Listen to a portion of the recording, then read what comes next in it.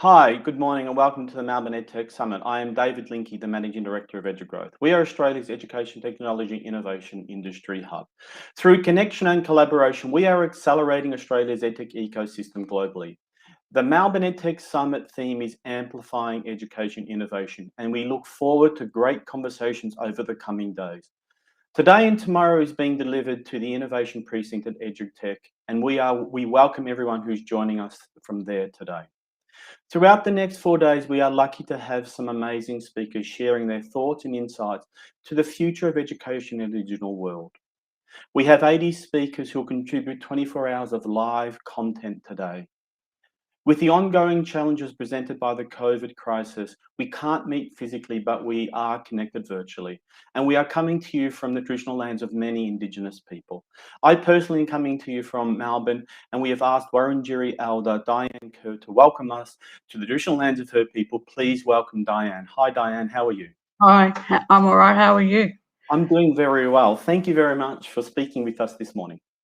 Oh, it's my pleasure. Thank you for having me. I honour my ancestors and my elders, and I pay homage to the sacred ground that I'm on and all the sacred grounds you're all on. I wish to acknowledge any elders of different nations, any Aboriginal and Torres Strait Islander peoples, any First Nations peoples, and I acknowledge you all, and I pay my respects to your ancestors, elders and families. It's an honour to be a part of your virtual program today and to be able to welcome you. Education is very important to our children, and they are very bright now and do things that I wouldn't even know. And I loved watching my granddaughter on the iPad doing her schooling, and I was amazed at 5 years old how switched on they are about doing their class activities and putting their hand up, and it's just amazing. And I've had the privilege to work with some young ones, young Aboriginal people that are doing well in their schooling and going towards tertiary education.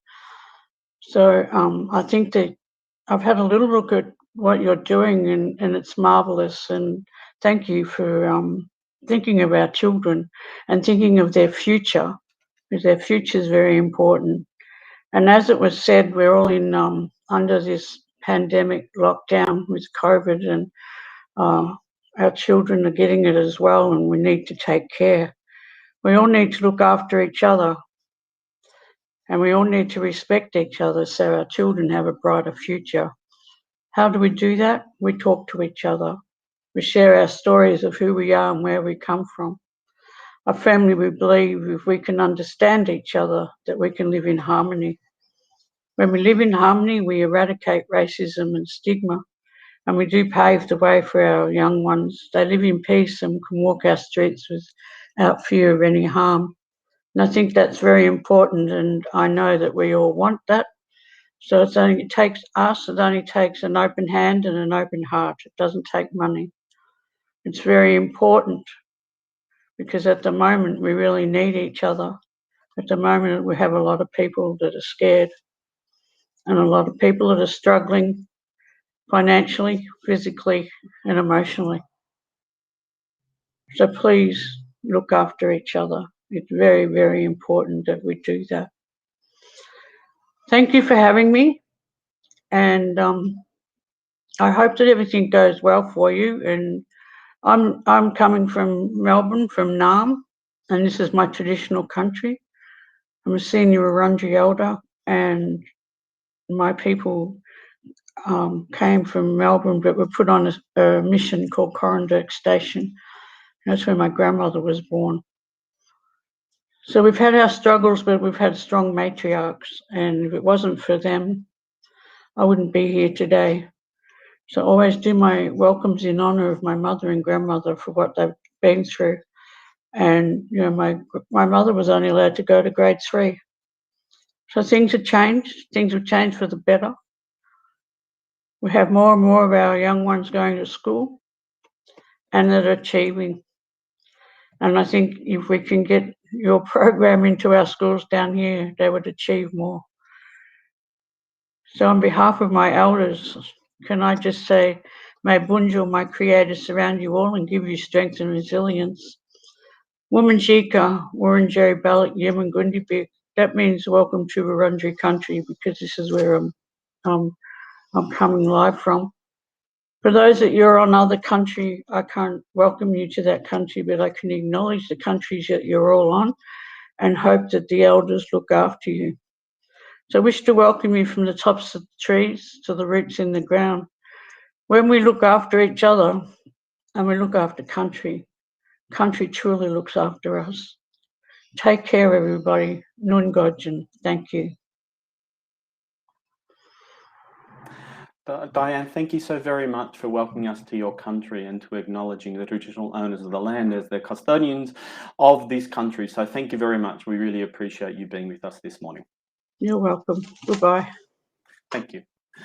We now get to hear from Mark Lamont, who's the Chair of EdTech, who's going to join us to officially open the Melbourne EdTech Summit. Mark Lamont is a highly experienced and visionary EdTech leader, strategist and entrepreneur. He brings decades of commercial experience from the corporate, NGO and entrepreneurial sector to EdTech. Mark is non-executive director at government-owned Education Services Australia, non-executive director at 3P and chair of the EdTech board. Welcome, Mark. Good morning, David. Good to see you, and welcome everyone to the 2021 Melbourne EdTech Summit. I trust that Diane's wonderful words just there will carry us through the summit in these special times, calling out to all of you across Melbourne, Australia and around the world as we work together to get through this. This is our second summit. I'd like to welcome the entire EdTech ecosystem from across Australia, from around the globe, to spotlight innovation through education. The summit's theme this year is amplifying education innovation, as David had mentioned, which is why we're connecting all the key players, policymakers, educators. We've got a great session coming up shortly for Professor Jeff Masters. Entrepreneurs, I want to call out the Shark Tank session later this week, where we're having a number of new startups pitching their latest innovations. We're bringing together the policymakers, as I mentioned, investors. It's wonderful to have you here. A special warm call out to all of you who are a part of the EduGrowth event at the moment. And a special hello to all of you whom I've had the pleasure of working with in education technology over the decades here and abroad. The session this morning is specifically focused on K-12 education sector and the overarching focus on innovators fueling education. So there's going to be some really good presentations, some great new ideas which are coming through, materializing at a local, national and international level, both in terms of education, research, innovation in software, different ways of organizing and growing businesses. I'd like to also call out the growth of EduGrowth as a community. Our membership is growing. EduGrowth as an organization has grown threefold in the past year. And I want to call out the team at EduGrowth who make all of this possible. EduGrowth is Australia's education technology and innovation industry hub. Through connection and collaboration, we accelerate EdTech, the EdTech ecosystem globally. And we're a member-based organisation and not for profit. So I encourage you to consider becoming a member of EduGrowth. We're connecting a community of education providers, industry participants, EdTech entrepreneurs committed to reimagining learning in the digital age. As education transitions from borderless delivery, our diverse ecosystems will impact the future of learning globally from Australia. If that's where you're heading, we'd love to have you on board. As a summit like this, much like the innovation we seek in education, it's only possible with great partners. And so on behalf of the entire EduGrowth ecosystem, I thank our principal partners, Global Victoria and WAND. Hello to all of you at WAND, along with our summit partners, Amazon Web Services, Curio and Open Learning, who've provided us support so that we can ensure the program of the Melbourne EdTech Summit is delivered to you all without any charge. I trust you enjoy the summit. Thank you, everyone. Have a great day.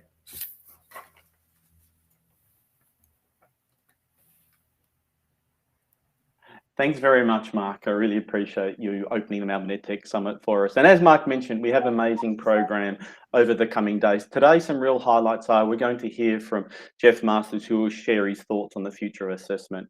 We'll then have Colette Rogers and Maria Spies, who will discuss the global EdTech landscape and where Australia fits within that picture. This afternoon, we'll hear from David Bowser and Tom Crombie on exporting K-12 education globally.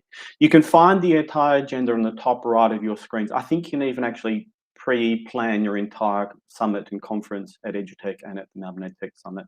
At lunchtime, don't go away anywhere. We have lined up 4 special performances to provide some light entertainment for all us all during lockdowns around the country. Today we have a cellist, tomorrow we have a duet, Thursday there's a magician, and then on Friday it's a bit of light-hearted review of learning from home with the after-dinner speaker. We have invited some performers to the Melbourne EdTech Summit because we know that there are people in our community that have struggled during the pandemic. And to that end, EduGrowth has paid each of these performers. But we'll ask you as an audience to also make a donation, which will be split as a tip across all of those performers. And we'll provide those details later as we get to that component of it. So now that the formalities are out of the way, we should get on with our first session of the 2021 Melbourne EdTech Summit. We kick off things this morning hearing from Jeff Masters. So allow me to formally introduce Jeff. Professor Jeff Masters, Officer of the Order of Australia, is one of Australia's preeminent education thinkers. As CEO of the Australian Council of Educational Research, Jeff leads their work here and around the world. As a leading voice globally, Jeff's work has truly framed modern thinking about educational measurement, student assessment, and school improvement. For many decades, Jeff has published extensively in education and led significant programs of school improvement for governments around the globe. His list of qualifications and publications and consulting assignments is extensive, and testament to his standing within the education sector. Please welcome Jeff. Oh, thank you, David, for that introduction, and good morning, everybody. I'm delighted to be here and taking part in this event. As you heard, I want to talk this morning a little bit about assessment and the future of assessment. I'll refer mainly to school education as I talk about assessment, but I think you'll be able to make connections, if you wish, to education at other levels as well. There's a traditional way of thinking about assessment, and it's linked to the traditional way of thinking about schooling itself. And it goes something like this. Schooling begins with a curriculum. The curriculum spells out what teachers are to teach, what students are to learn. We organise the curriculum into year levels. So there's a year 5 mathematics curriculum, a year 8 English curriculum, and so on. The job of teachers is to deliver that curriculum, to make it interesting and engaging, to make sure that every student is exposed to the curriculum, has an opportunity to learn it. The job of students, obviously, is to learn what teachers teach. And the role of assessment, under this traditional way of thinking, is to work out how well students have learnt what teachers have taught, what the curriculum specified, and what teachers have taught. That may occur at the end of teaching, it usually does, may occur in the course of teaching, in the process of teaching and learning, to identify gaps and things that might need to be retaught. But the fundamental purpose under this traditional approach is as I say, to establish how well students have learnt what they've been taught. And then at the end of the year, students are graded on how they've performed on that content, A to E or equivalent, typically, and then they move on to the next year, where the process starts all over again. So students move through school on what's kind of an assembly line. Each year they are exposed to a year level curriculum. They have an opportunity to learn it. They're then graded on that. They move to the next station. So the teacher at the next year level is standing ready alongside the assembly line to deliver the next curriculum for the next year. Each year we treat the situation as though it's a fresh start. Doesn't matter what happened last year. Doesn't matter what happened, what grades you received. This is a whole new year, a fresh start, and we assume that the grades that students receive at the end of a school year are reflective of the effort that they made, the abilities that they have during that year. So there's a sense in which this is a kind of industrial model, an assembly line, as I said, with students moving through the curriculum as they move through school, everybody starting the year level curriculum at exactly the same time, everybody being given exactly the same amount of time to master that curriculum, and then, as I say, moving on to the next year's curriculum. So I think if you went out onto the street and talked to people about schooling, that's what they would recognise. That's what they would understand schooling to be about. And they probably would have difficulty imagining any other kind of approach that might be taken to schooling. Now, you might imagine that if we do this, as we do, if we group students by age and we teach them the same curriculum, so all students in prep are taught the same curriculum, in kindergarten taught the same curriculum, in year 1 taught the same curriculum, year 2 taught the same curriculum, held to the same standards, same expectations. You might expect that by the time they reach, say, year 9 or year 10, that they'd start to look fairly similar in their levels of achievement.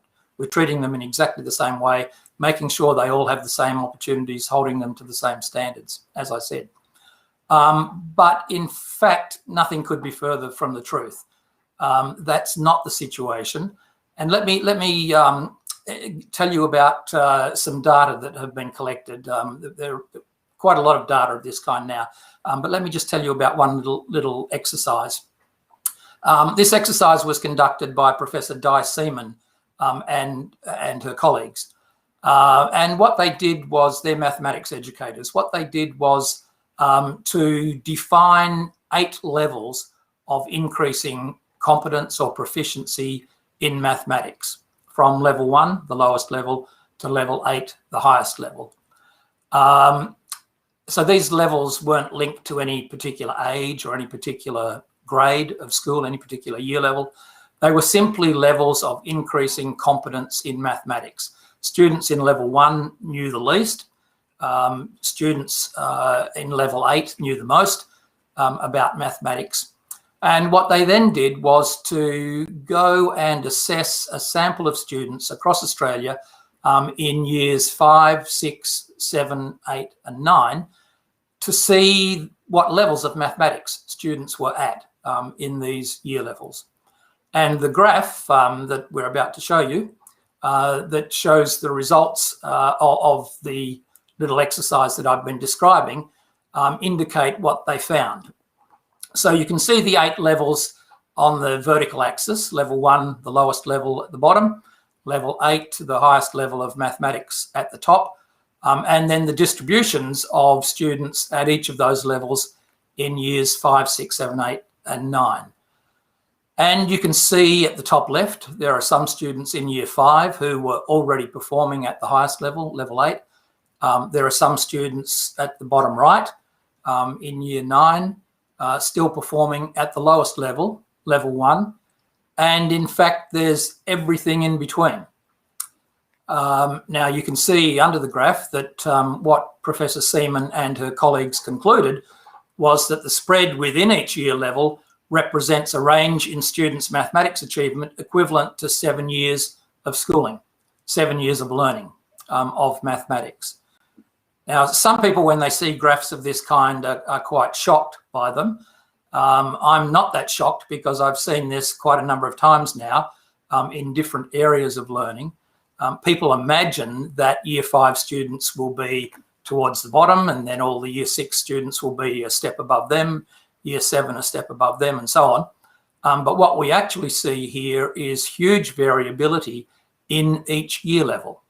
And we see this over and over again. We see it in every learning area for which we have reliable data. And you can imagine that the students in the bottom right, the students in year 9 who are still at level 1, have been stuck down there for quite some time. So the point I'm making here is that we know from research, research into learning and how it occurs, we know that there's huge variability in students' levels of attainment. And it's true at the time children enter school, there's huge variability. There's huge variability throughout the schooling process. It's not the case that all students are more or less at the same point in their learning at the same time. And the variability that we find is very consistent with the variability that Professor Seaman and her colleagues found. And that is what we conclude is that the most advanced 10% of students in any year level are typically about 5 to 6 years ahead of the least advanced 10%. In other words, the difference between the 90th percentile and the 10th percentile is around about 5 to 6 years of school in the learning areas where we're able to do this. So her conclusion, the conclusion of Di Seaman and her colleagues, that the range is around about 7+ years is very consistent with what we find.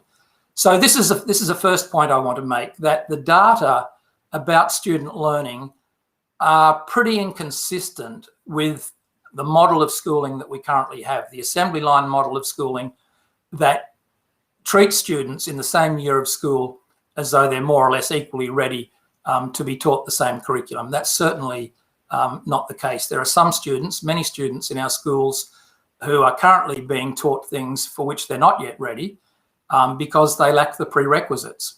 They didn't learn things that they should have learned earlier in the school system, or they could have learned earlier in the school system.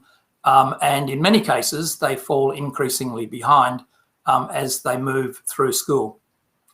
A second way in which these observations that we make, or putting it a different way, a second way in which the current way we structure schooling is inconsistent with what we know about learning, is that we know that learning is an ongoing process.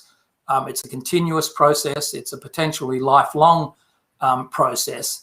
And this idea that students make a fresh start each school year is not consistent with that understanding of learning. You know, if learning were a running race, we act as though all students start the school year on the same starting line. As you can see, that's not the case. Students don't start the school year on the same starting line. They start the school year spread out on the running track in the direction of the finish line, but they're spread out by the equivalent, as I've been saying, of 5, 6, 7 years of schooling, 5, 6, 7 years of learning, and yet we judge them against the same finish line, the expectations for their year level, and we grade them on the basis of that. And of course, the consequences are very predictable. There are some students towards the back of the pack who receive low grades. They are destined to receive low grades almost from the start of the year because they're so far behind in their learning. Some students receive low grades year after year. They receive a D this year, D next year, D the following year. And the first problem with that, of course, is it doesn't indicate the progress that the student's making, the absolute progress they're making. Instead, what we're telling them is they're still in the back of the pack. And even worse than that, I think, it potentially sends a message that there's something stable about the student's ability to learn. They're a D student. So the point I'm making is that the way we structure schooling, the idea of a fresh start each year, the idea that grades indicate effort during the year is actually wrong. It's partly based on effort during the year, but it's also the grades are also heavily influenced by student starting points. Where they were at the start of the year is a huge influence on the grades they receive at the end of the year. So this idea that grades are fair is also something that's worth challenging. We know from research into learning that the way to maximize the probability of a person learning successfully is to provide them with learning opportunities that are well targeted on where they're currently at in their learning, not within their comfort zone. People don't learn successfully if you teach them things they already know, and not so far ahead of them that they're not able to engage meaningfully. If they lack the prerequisites, if you give them very difficult things that they're not ready for, they're unlikely to be successful. What we need to do is to provide people with stretch challenges. We need to provide them in whatever the area of learning is. We need to provide them with opportunities to learn that stretch them, challenges that they may not even be able to meet themselves alone. They may need some support, But if we want to maximise learning, as I say, the evidence is very clear that we need to be providing people with stretch challenges, what's sometimes referred to as Vygotsky's zone of proximal development, the area in which learning is maximised because learning opportunities are well targeted at that point. And again, you can see from what I've been saying that that's not the case for many students in our schools. The students who are in year 9 and still down in that bottom right corner of the graph are being presented with material for which they're simply not ready.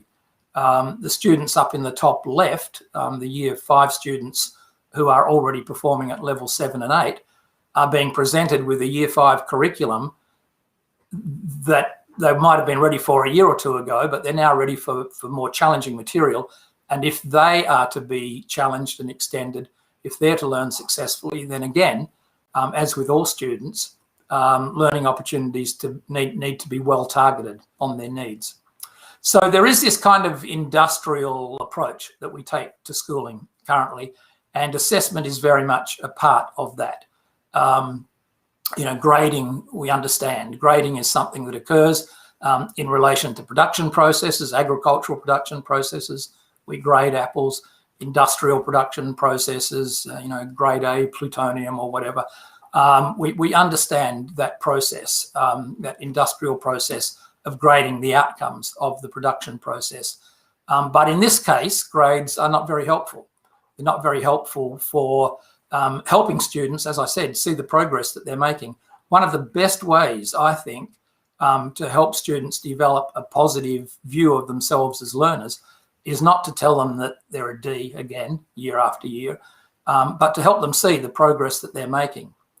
So if we can just bring up that slide again for a second, here's a different way of thinking. What if we thought about a different frame of reference? What if we switched our attention from the y-axis to the x-axis? What if we developed a curriculum that was based on these 8 levels of increasing mathematical competence? So there's a level 1 curriculum, a level 2 curriculum, curricula that are not tied tightly to particular years of school, but through which we expect every student to make good progress as they move through school. And the first challenge then, the challenge for assessment, is to establish the level at which a student currently is. What's the level at which they're currently working?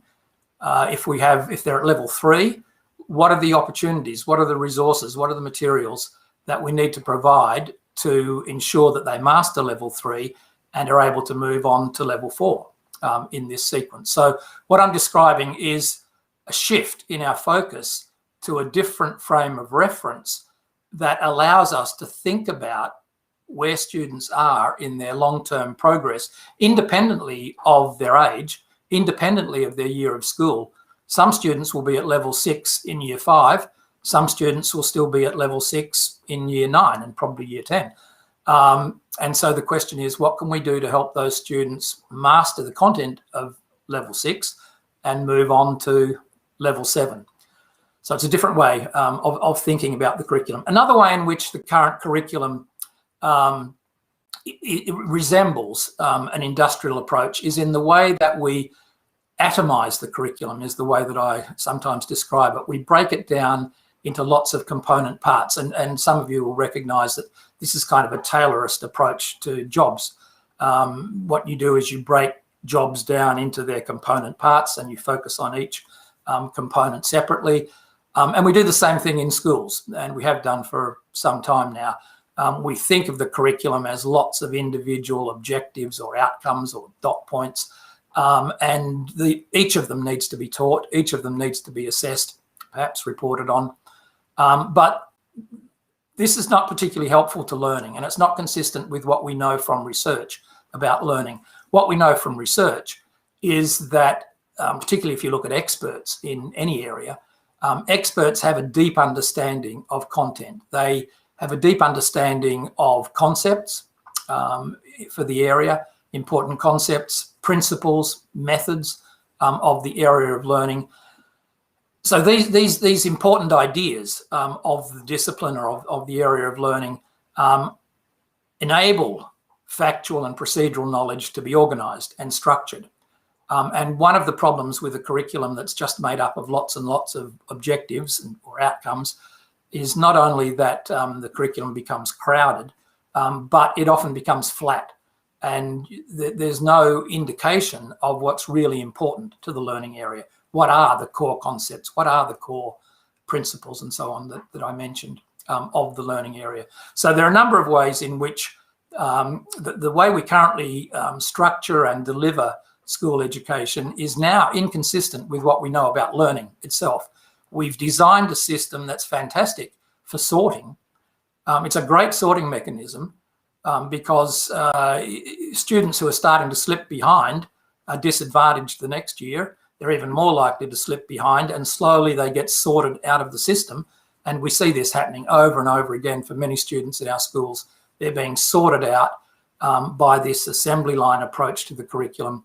And of course, many of them disengage by the time they get to the middle years of school. They're off doing, in their heads at least, they're off doing something that's a bit more interesting and something that they're better at, because we've been telling them over and over again that they're not successful at this game of learning.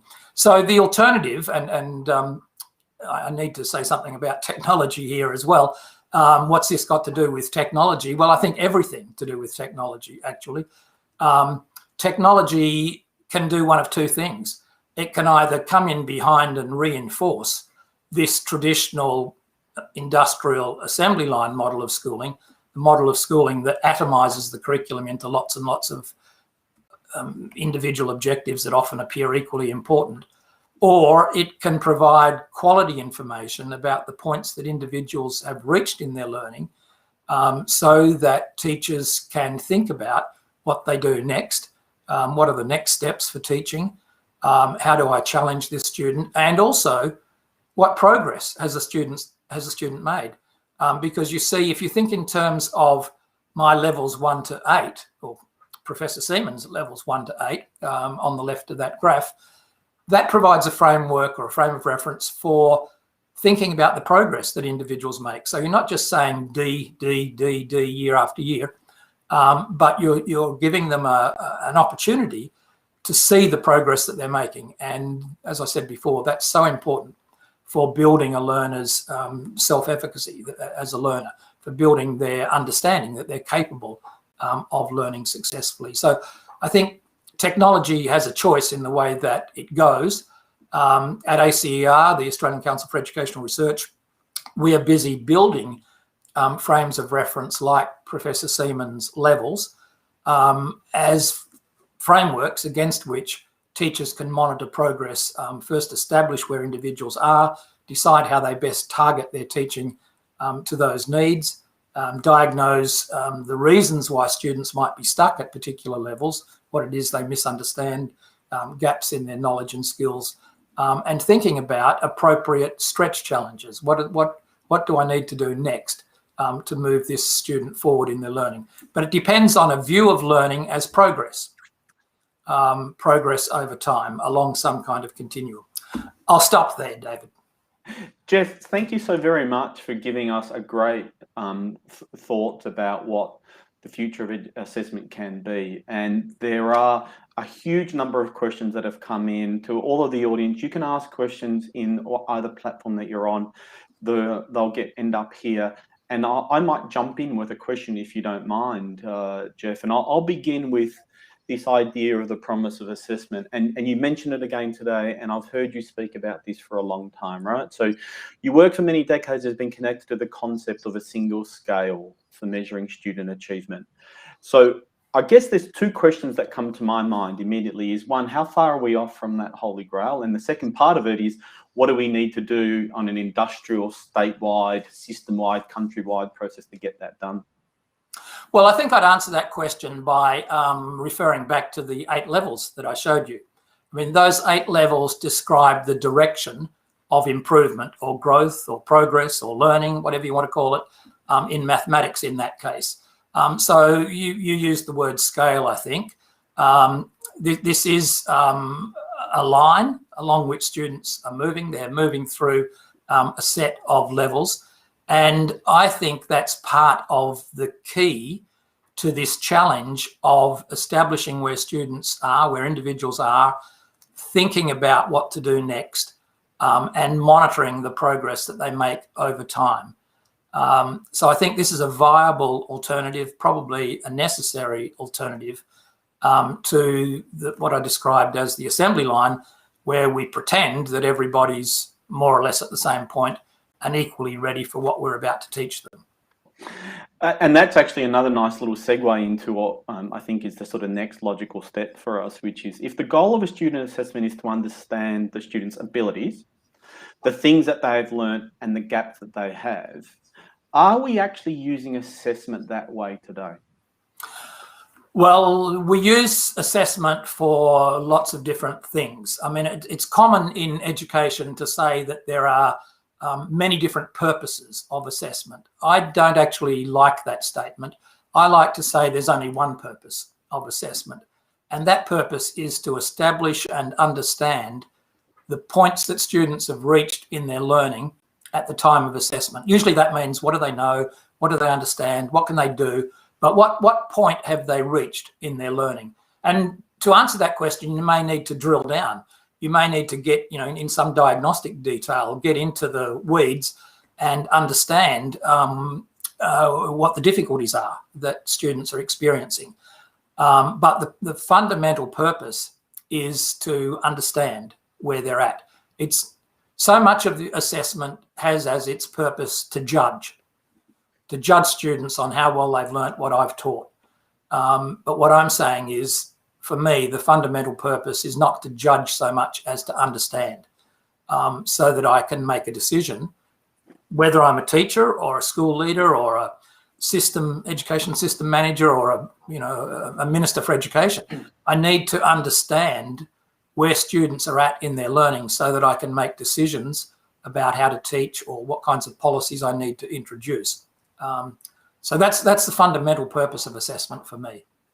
And that then beggars the question, which you sort of touched on towards the end of your opening keynote, which is around the role that technology can play in supporting the learner.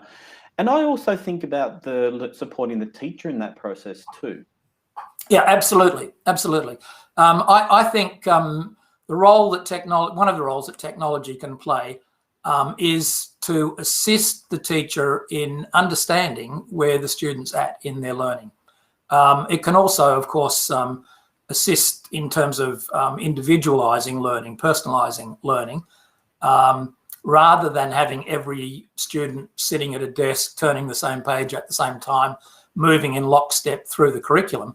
Technology introduces the possibility of students progressing at different rates, of being presented with learning opportunities that are well targeted on where they're currently at in their learning. And from an assessment point of view, then monitoring the progress they're making. But yes, as you're saying, David, feedback to the teacher on where the student's at, what difficulties they may be experiencing is a key part of that. But it all depends on having an alternative frame of reference, in my view. A frame of reference like the 8 levels that I described. Frame of reference for thinking about where students are up to, recognising in some detail what that means, and feeding that back to the teacher. And I'll summarise 4 or 5 questions which are asking a very similar sort of thing, which is along the lines of, I'll put it this way. Every large education system that I observe, and you observe many more than I do, does group all students into cohorts by age, right? And I'm not aware of anyone that's doing it by capability, but that's my opening question. Firstly, is there anyone that's starting to think like this at a system-wide level? I'm sure there are schools based on that. Well, let me jump in and clarify something, David. Yep. What I'm not suggesting necessarily is that we change the way we structure schools. What I'm really talking about is the way we structure learning, the way we structure the curriculum. Now, right now, and for quite some time, those two things have been intimately related. We structure the curriculum in the same way we structure schools. There's year 5, there's year 6, so there's a year 5 curriculum, there's a year 6 curriculum. My levels that I was showing you suggest a different way of thinking. So in the early years of school, for example, you might say children typically in the first few years of school are at one of 4 levels. There may be some children in year 1 who are already at level 3 or maybe even level 4, but there may also be some students who've reached year 3 who are still in level 3 or level 4. And so we need to understand where individuals are up to in their learning so that we can help them move forward. So it depends on a frame of reference. You could say, okay, well, let's reorganise schools. Let's not have year groups anymore. Yes, that's a possibility. But I think what I'm saying doesn't depend on that. What I'm saying is that there may be good social reasons for keeping children of the same age together. But what we need to do is to get real, if you like, and be more realistic about the variability that exists, and not just expect teachers to deal with it. I mean, that's what we've been doing for so long. We've been saying, differentiate your teaching, work out how to deal with the variability in your room. But there could be, as we've been saying, children in the room who differ by up to 7 years of school, 7 years of learning. And so particularly if there's a crowded curriculum that teachers are rushing to get through, it's very difficult to push that job back onto teachers.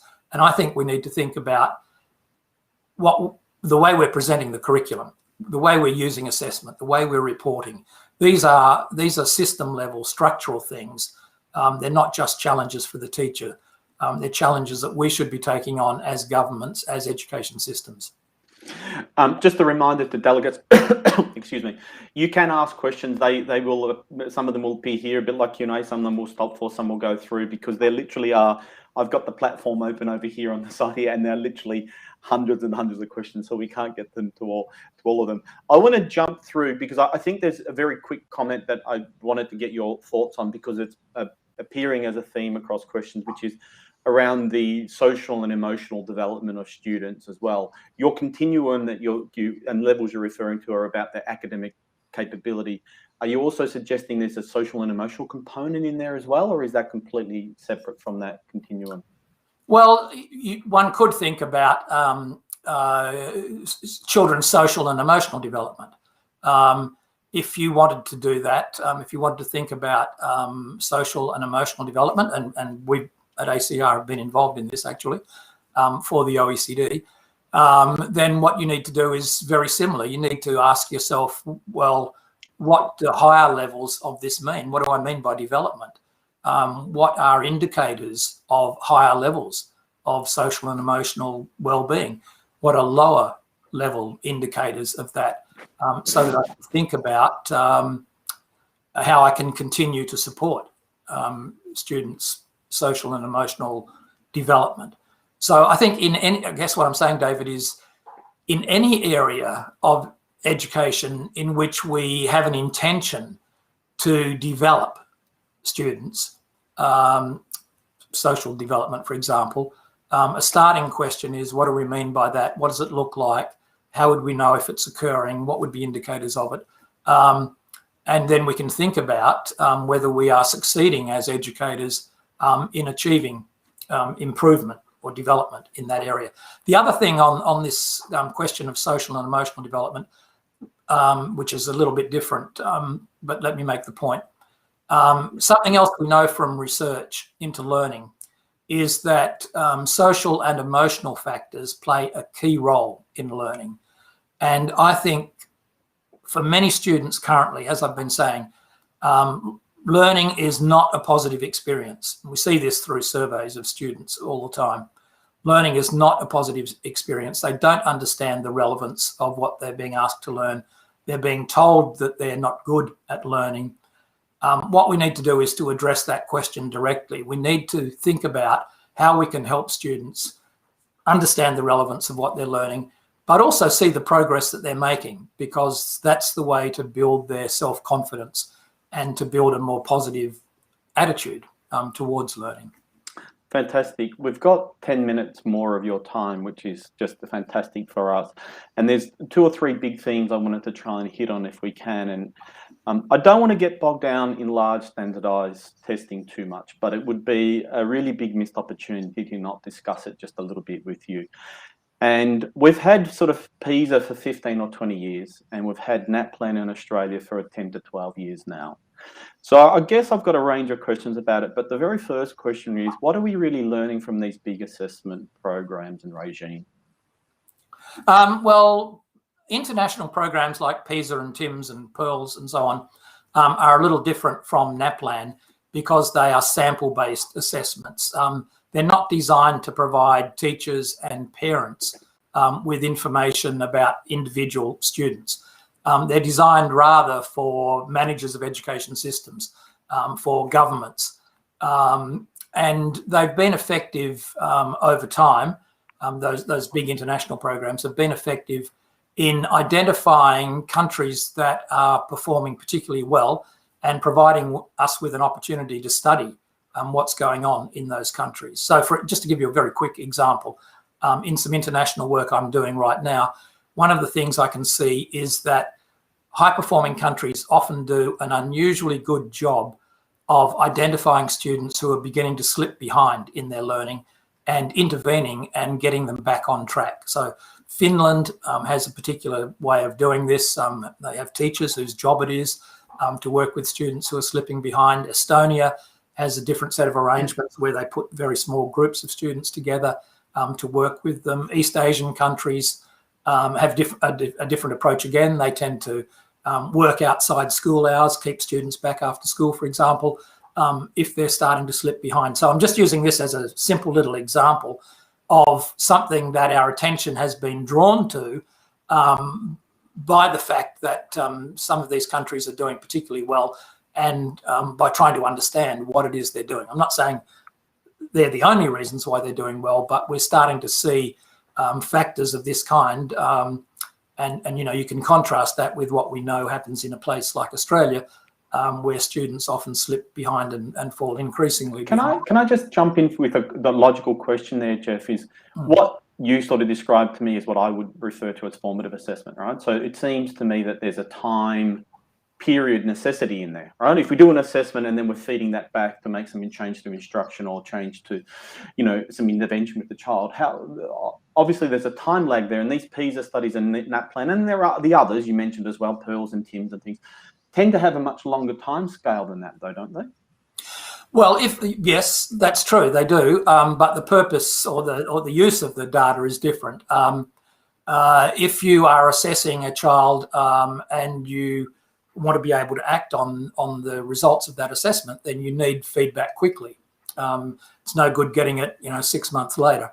But with something like PISA or TIMSS or PEARLS, these big international studies, the feedback is to governments and to education systems, and they need to think about these big levers, and often that takes time to put in place new programs, new policies that could make a difference. So all these assessments, in fact, all assessments, I guess, are designed to provide feedback to inform decision making at some level.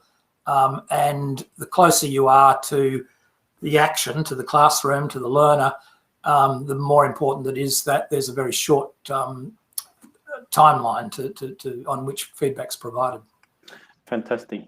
You mentioned data. You started to talk about student data. So student data, and it was interesting. I actually was at a webinar recently in which John Hattie was talking about data, and it sort of leads to a question which is, are we collecting the right data and are we using it well? Well, what I see happening often is a lot of data being collected, people becoming overwhelmed with data, not being quite sure what to do with it, producing graphs and tables and putting it up on walls. For me, the important data, the important information is information about where individual learners are in their learning. That's the information or the data that teachers need, that school leaders need, and it needs to be in a form that helps them think about what they do next. And of course, students themselves, learners themselves, are an important audience for that as well. There needs to be good information that learners can act on about what they do next, and parents need information about what they might do to support student learning. So I think, simply collecting more data is not the answer unless we know how to use it to inform decision making.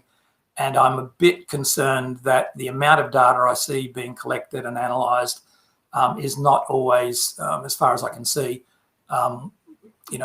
well linked to the decision making that people need to make. And again, I think we're at the Melbourne EdTech Summit, so we should probably put a plug in there for some technology. Are you seeing any examples of how technology can support teachers, students, parents, the systems with analysing the insight from that data? Well, certainly technology is an important part of data analysis, making sense of the data, trying to find patterns to monitor change over time, trends in performance. So technology is an important part of that. But I think technology is also very important in the learning process. I think increasingly what we will see in school education is technology being used to enable what I referred to earlier as personalised or individualised learning. And the technology will assess students as they move along and provide immediate feedback to learners themselves and draw the teacher's attention to things that they need to be paying attention to. Fantastic. And we have a particular theme at the Melbourne EdTech Summit, and you get to answer the first sort of closing question, which is along the similar sort of line. So the theme of the Melbourne EdTech Summit is amplifying education innovation. So let me ask you to share with us the vision for the future. What are you hoping we can amplify over the next 10 years to build the model that you'd like to see? Well, I think I've said it in my presentation, David. I think I would like to see us move away from a model of learning, a model of schooling that really was created in probably the late 19th century, early 20th century. I mean, schools weren't always organised in this way. Village schools often had one teacher. You had kids of different ages learning the same things, teachers providing individuals with learning opportunities that were appropriate to them. So the way we organise schools is a response to mass education, grouping people by their age, having them march through on this assembly line, as I call it. That's very much a 20th century model of schooling. I think as we look forward, a few decades perhaps, but a couple of decades at least, what we'll see is that will become increasingly under challenge. We won't have everybody learning in lockstep in the way that we have. Individuals will be able to enter at different points, move at different rates. Learning will be more personalised. So that's the vision that I have, and I think all of that, for me, depends on thinking differently about learning itself. Currently, we define what it means to learn successfully in terms of age-based expectations. How have you performed on age-based expectations? I think we need to shift our definition of what it means to learn successfully to a definition that's based on progress. If a student is making good progress, and our expectation should be that every student makes excellent progress on an ongoing basis. But if a student is making excellent progress, then that needs to be recognised. It needs to be celebrated. Even if they're still not at the point that we ideally might like them to be at, given their age and year of school. But it's a different way of thinking about what it means to learn successfully. So that's my vision, and it depends on an alternative frame of reference for monitoring progress. Fantastic, Jeff. That's I hope your vision comes true. It would be, I think, our students and our school systems would be in a great position if we had a way of measuring and decoupling their capability from their age. So thank you very much for your presentation today, Jeff. It's been a great pleasure having you. You're very welcome. Thank you. It's time now to meet some incredible, innovative EduGrowth members that are impacting learners here and around the world with creative EdTech solutions. Don't forget you can meet any of these companies and the 40 other innovative EdTech companies in Innovation Alley at EdTech. If you're already on the EdTech conference site, you can simply click over to Innovation Alley at the top. If you haven't registered over there yet, then I'm putting up on the screen, we're going to put the link for you. You can go there and you can register right now and you can go and visit those companies. We'll be back here live at 11 a.m. with Colette Rogers from Deloitte and Maria Spage from Holland IQ, who will join me discussing the global EdTech landscape and Australia's role within it. Thank you very much for being here this morning.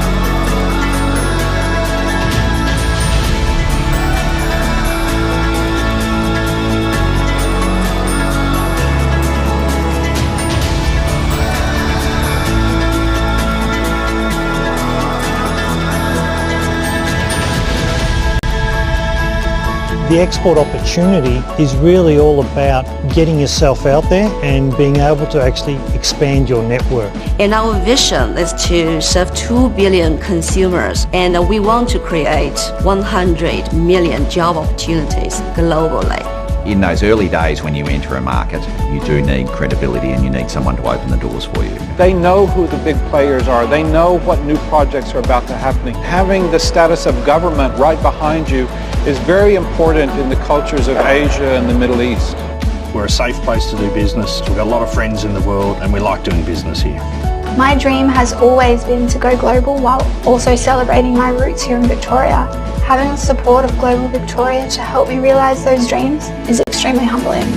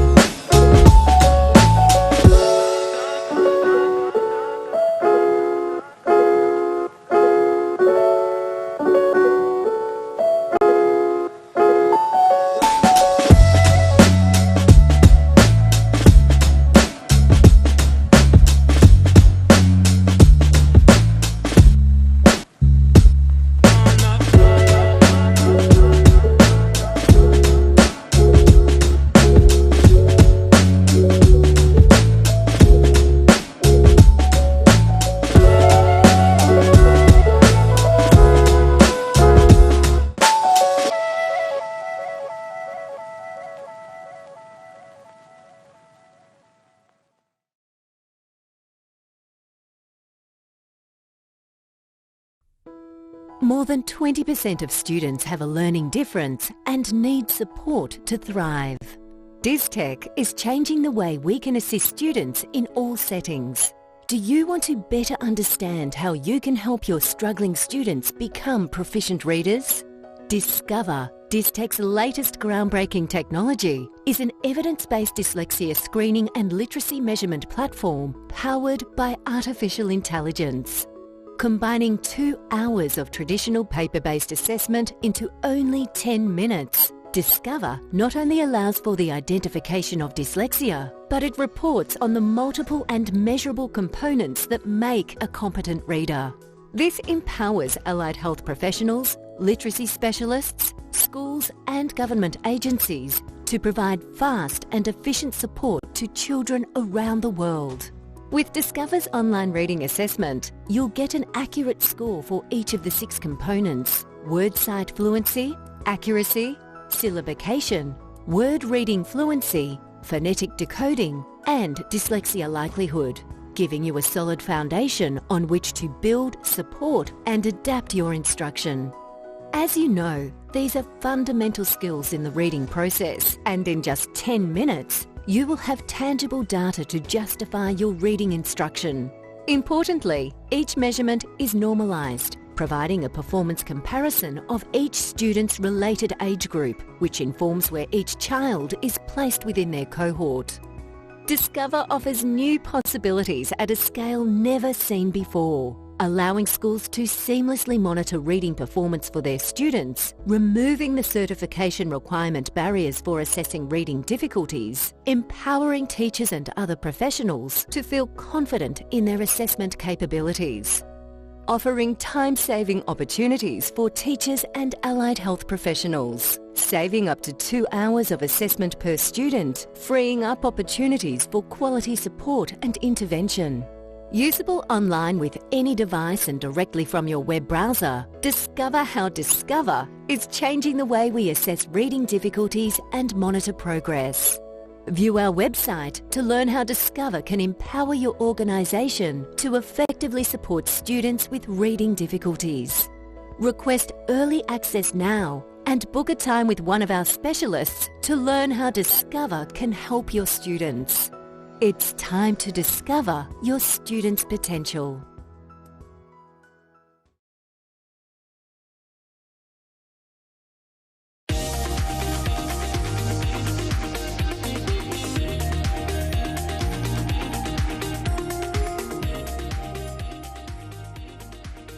Here at Edelex, we believe credentials should be as personal as every learner's journey. That's why we created Credentialate, a cloud-based credential evidence platform that helps you discover and share evidence of your learners' achievements and skills.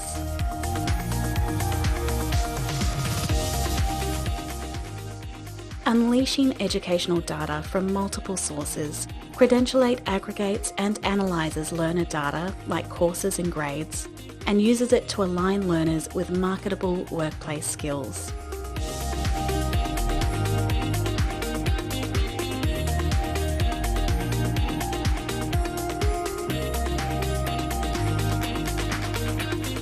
For the learner, the result is a personalised evidence record containing verifiable qualitative and quantitative data. Easily shared with networks and potential employers via a digital badge, giving your learners the edge they need to stand out as a candidate when entering the workforce. For educators, Credentialate provides insight into skills and achievements across one course, multiple courses, or a whole institution, enabling you to quickly align educational outcomes to industry needs, prove how well you build job-ready skills, and save time with automated processes. Find out how Credentialate can work with your institution, no matter the type or size. Book a demonstration today at edelex.com.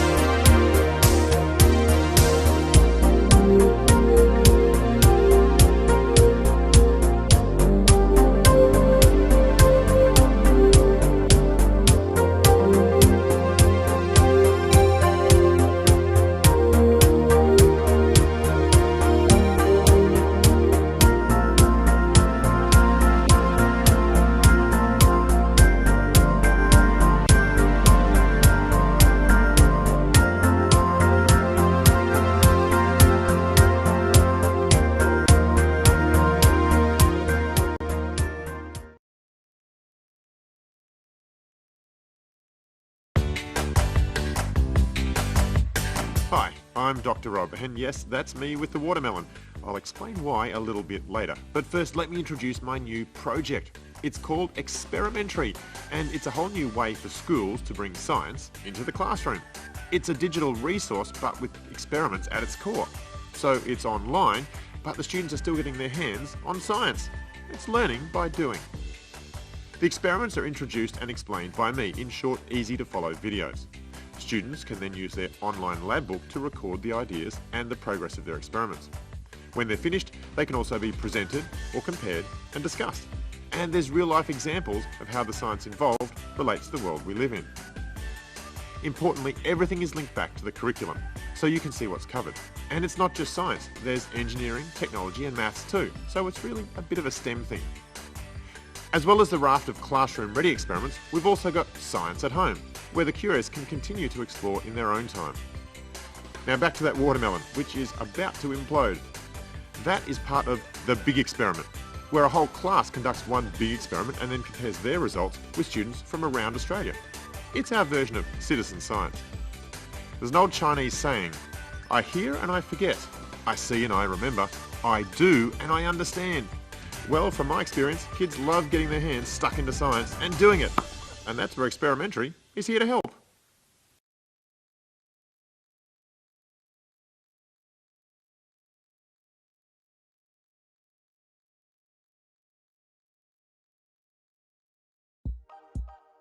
I want to engage with every single student.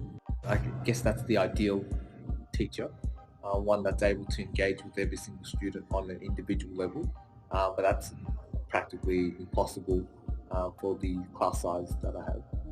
So I'm a lecturer in the Faculty of Engineering, and I teach a first year unit which is over 600 students.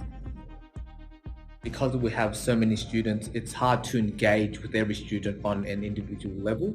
And so Flux provides that platform for them to ask questions anonymously, but also participate. When I design my workshops, I always keep in mind what the learning outcomes of the workshop will be.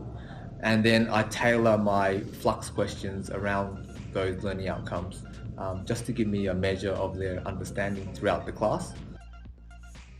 I guess it challenges them on the spot without having to put too much pressure on them, because they know that every other student in the class is also experiencing the same thing. But also there's a lot of peer learning that's happening when there's a Flux question, because we allow discussions between students in order for them to arrive at the correct answer. But even if they get the wrong answer, there's some time after the poll closes for them to discuss. I guess I want to be able to measure every student's progress and tailor my teaching towards their needs. I think it's really important these days for students to get instant feedback, and Flux allows that.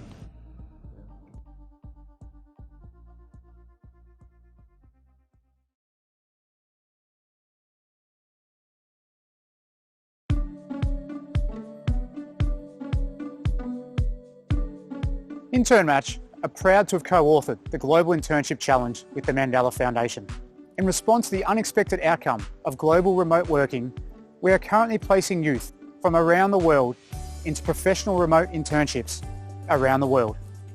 This means, for example, that graduates from Africa are now completing a professional internship with a company in Australia or North America or the United Kingdom. We know that a professional internship provides hands-on experience, builds professional networks, and facilitates the first important step into employment. Successfully executing on such a grand vision has only been possible with the application of smart technology.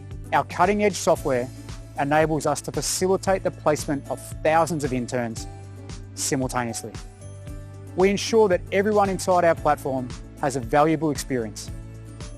Our role at Intern Match is not only to power the Global Internship Challenge, it's to assist governments to close the youth unemployment gap. It's to help companies get access to fresh talent from around the world. And, most importantly, it's to enable youth globally to achieve their dreams.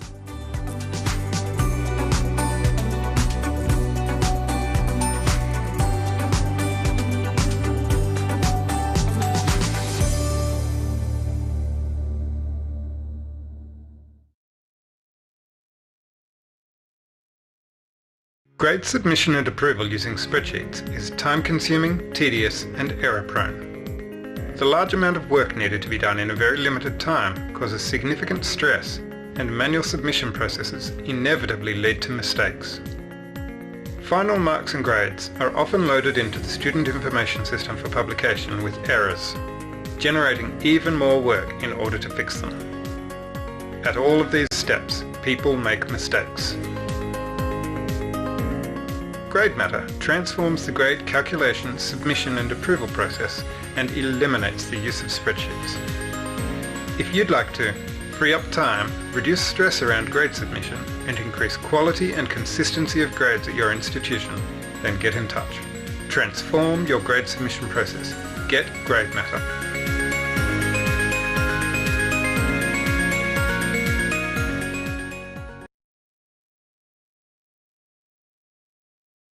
Flow has been designed to specifically target the repetitive and labour-intensive task of marking essays. Our users reduce their essay marking time by 40% or more. Here are some of the reasons why Flow is better than anything that you've tried before. Flow has light, soft colours that are easy on the eye, meaning you don't need to suffer from unnecessary eye fatigue while marking. Flow has 2 types of comment banks: an annotation bank for all your comments on student work, like "you need to unpack this" or "use evidence to support this." You know the drill. The annotation boxes pop up as soon as you've highlighted. You can easily add annotations to your bank. Why rewrite the same comment hundreds of times when you can write it once and reuse it hundreds of times instead? Oh yeah, and you can drag and drop these annotations straight on. How easy is that? You can easily put together your summary comment for students using our final comment bank. This comment structure lets you focus on what's important. What did the student do well? What can they do better? And what are their targets? And obviously, you can easily add anything you type to this comment bank so you can write it once and use it unlimited times. We are here to save you time after all. You can create self-tallying developmental rubrics and criteria sheets. These automatically calculate the grade too, saving you time at the end of each marked essay. Do your senior students do the majority of their assessments on paper? That's no worries. You can mark those on Flow too using our bulk upload. We have built some cutting-edge tech that lets you scan multiple student assignments into a single PDF and upload it. Flow does all the splitting and filing for you. Just upload and you're good to go. Now you can mark all of your work online, no matter if the work is collected in handwritten or document format. There's now a better way to mark essays. So why wait? Your time is too important. Start marking with Flow today.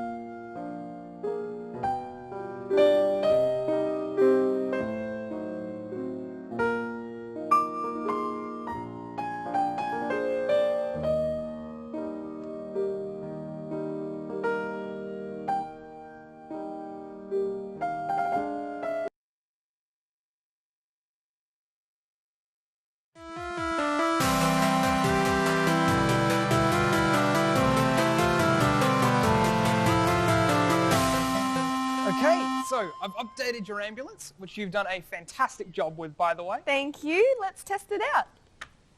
So what do I need to do? Press the A button to turn on your sirens. Okay. Awesome! And that lifts up the boom gate.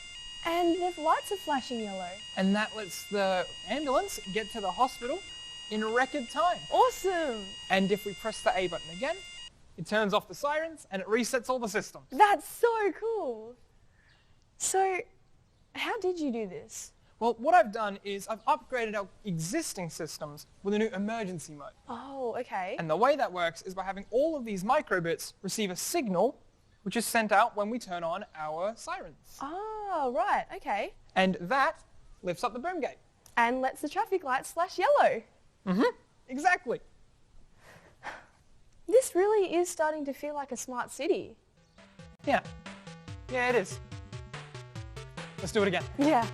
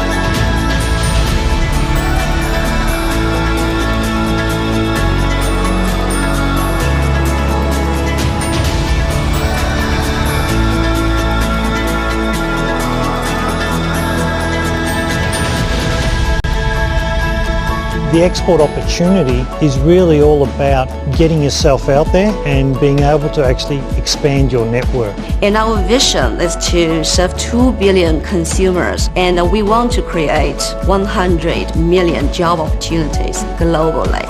In those early days when you enter a market, you do need credibility and you need someone to open the doors for you. They know who the big players are. They know what new projects are about to happen. Having the status of government right behind you is very important in the cultures of Asia and the Middle East. We're a safe place to do business. We've got a lot of friends in the world and we like doing business here.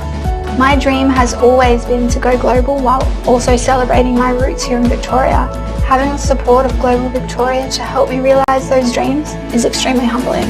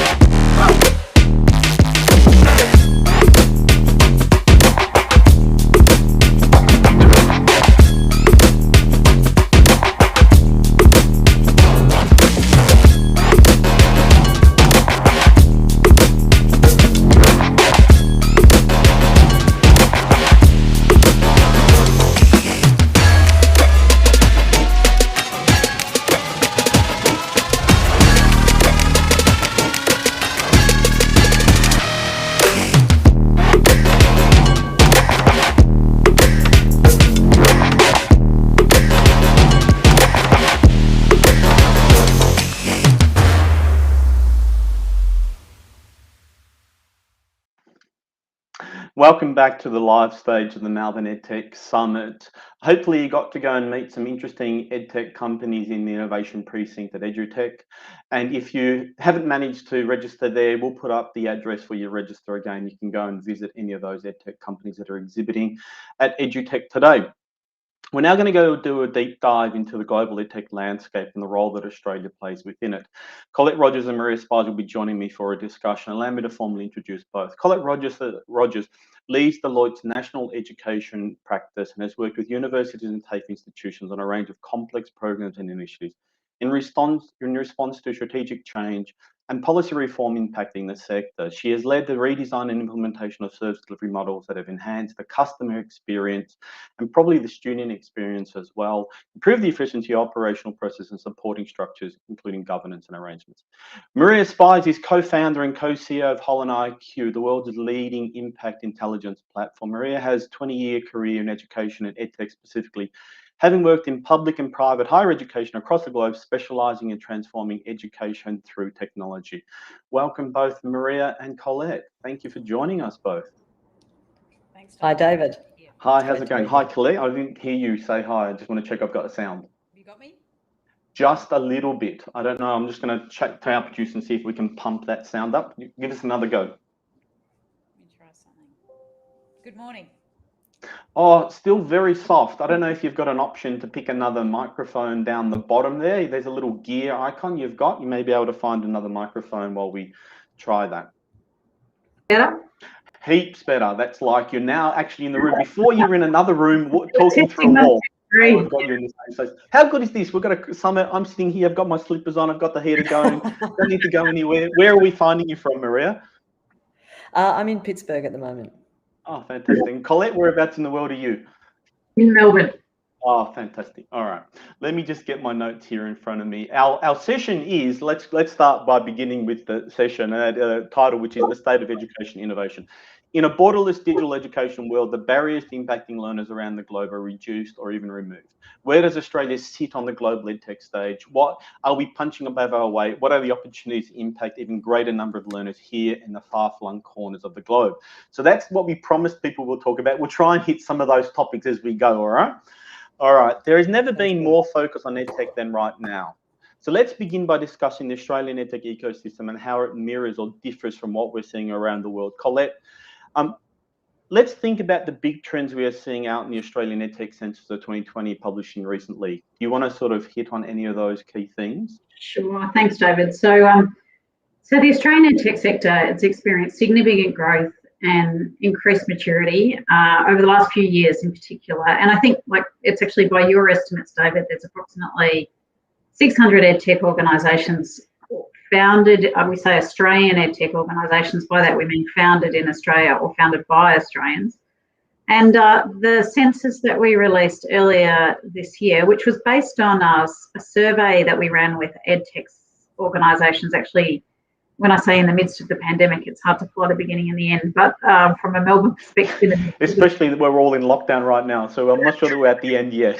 So in the midst of sort of our first transition to remote learning, if you like, so in the middle of 2020, we did find that the EdTech industry in Australia is continuing to mature. And there's a few points that I'll highlight actually from the EdTech census, which just give you a sense of that maturity and also where there's challenges. So EdTech organisations, those Australian ones, they're reaching more learners per month than they were previously. So 8% of Australian EdTech organisations now have a monthly learner base that exceeds 1 million, compared to it was 1% 12 months earlier in 2019. Most of the growth, second point to highlight, is most of the growth has been in online learning and assessment services, together with hybrid learning models. Not surprising, you'd expect that intuitively given the 18 months that we have had. And then there are other indicators that really speak to a maturing of the sector in Australia. So more EdTech organisations have progressed from what we classify as a startup to a scale-up phase, which essentially means that their product or their solution is proven and they've got a more sustainable or a sustainable revenue line. I will take the opportunity to talk through the challenges though, because I think that these are also important. So despite growth in learners using solutions and platforms, for many EdTech organisations, it has been harder to attract new customers. And that's, it was 43%, so just under half. That has been a big challenge. The other challenge to raise is despite that, so I talked about increased numbers of learners, despite increased use of platforms or solutions, that hasn't always translated into increased revenues, but it does, of course, result in additional cost. And I guess just the environment that we're in now and that we've been in for the last 18 months, a lot of EdTech organisations have talked anecdotally about the challenges they've had in terms of working with education providers whose attention has been diverted into elsewhere, into running the education operations, and they have had a need to then also sometimes defer investment decisions until they actually have greater capacity for discretionary spend.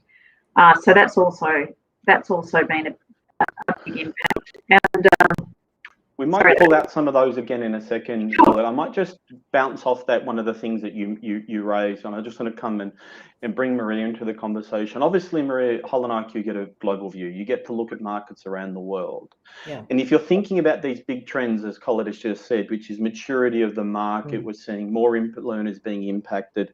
And we'll leave the COVID thing for just a minute. We'll come back to that. But if we think about those two things, which market do you think Australia sort of potentially mirrors or mimics, or even should be aspiring to try and, say, hey, this is where we should be trying to target as well? Yeah, that's a super hard question, but let me tackle that. Firstly, context is so important in education.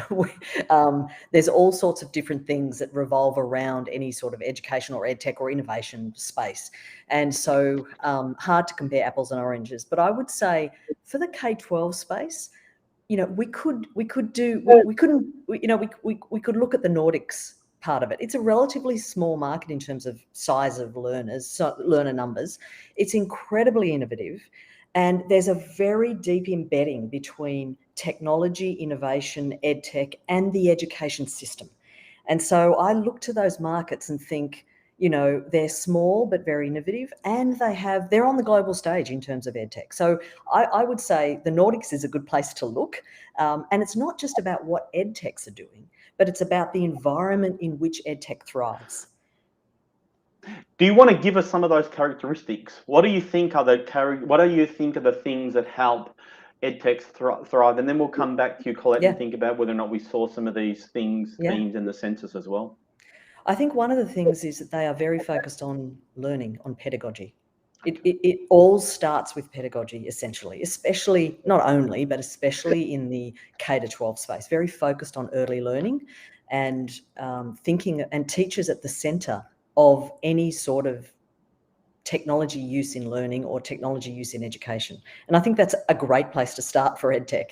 Not all EdTech, though, is focused directly on it doesn't touch learners directly. I mean, some management systems, things that make teachers' time more efficient, they're incredibly important to the ecosystem. And you can have a big impact even if you're not directly impacting learners per se, but supporting teachers or supporting infrastructure in schools and so on. But I think in those teams that support learning, focusing on and bringing in and involving teachers very, very deeply in the process of development is key. But that's hard to do if you don't have the time and the funds, the capital, and the sort of initiatives, government typically initiatives to support that. Or and so a peak body like EduGrowth as well. Well, of course. An incredibly well-connected organisation that can connect you to educators. It's an incredibly important thing in any EdTech ecosystem. I know you were going to get there eventually, but I thought I'd jump in and help. Which is a sort of nice counterpoint, Colette. If we go back and think about the census, again, Maria sort of raised some things around the characteristics that help EdTech companies thrive. And we touched on the idea of being accessible to educators. We touched on the idea of embedding your product deeply within the system that you're trying to support and the learners you're trying to support. Were there other things that we saw in the census that we should be thinking about around the characteristics of building a strong EdTech ecosystem? Well, I think, you know, when it comes to, because I noticed there's also some questions there in the chat around the types of services. So just, you know, Maria's point on, it is about the learning. So I think we did particularly see the growth in online learning, also in the assessment services. So, you know, online proctoring was one thing, but there were different types of technologies explored for different types of assessments. And then I think the emergence of, you know, thinking about the student experience in a different way through technology enablement. So really better connecting students to support services. And I'm talking, I should just state that I am talking here, I'm thinking sort of more tertiary education when I talk about personalised support services and connecting students in with that, with those support services using technology.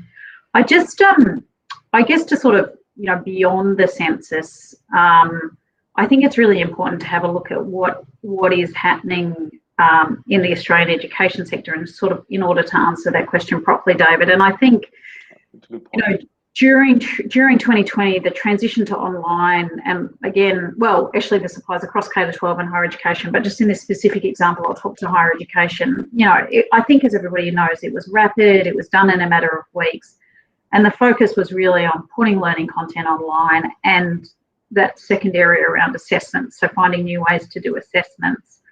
I think, you know, across the sector, universities got the job done, and extraordinary amount of effort was put in by staff and leadership teams to provide like near universal access to online. It wasn't perfect, but the universities did get it done. And then I think there are some really positive spin-offs from that, and in particular, universities were coming from really different starting positions in terms of their digital or technology capabilities. And during 2020, and continuing today into 2021, all universities really built their digital muscle. And so I think there's higher levels of digital maturity across the sector as a result of that. And there's also a greater awareness of what needs to be in place to avoid and address some of the challenges that have been experienced over the last 18 months. So I might just pause there, but I'm happy to sort of, you know, jump into, well, what does that actually mean in terms of the focus on different learning solutions and also the opportunity for EdTech organisations. Absolutely, and just a reminder to delegates, you can ask questions, they'll appear here, some will stop for, some will just go through. I want to branch back to something out of the census and some other work that we've done together and EduGrowth has conducted as well. We know that the Australian EdTech ecosystem is heavily B2B focused. 71% of Australia's EdTech companies, those 600 companies you mentioned up front before Colette, are really focused on supporting learners within existing systems.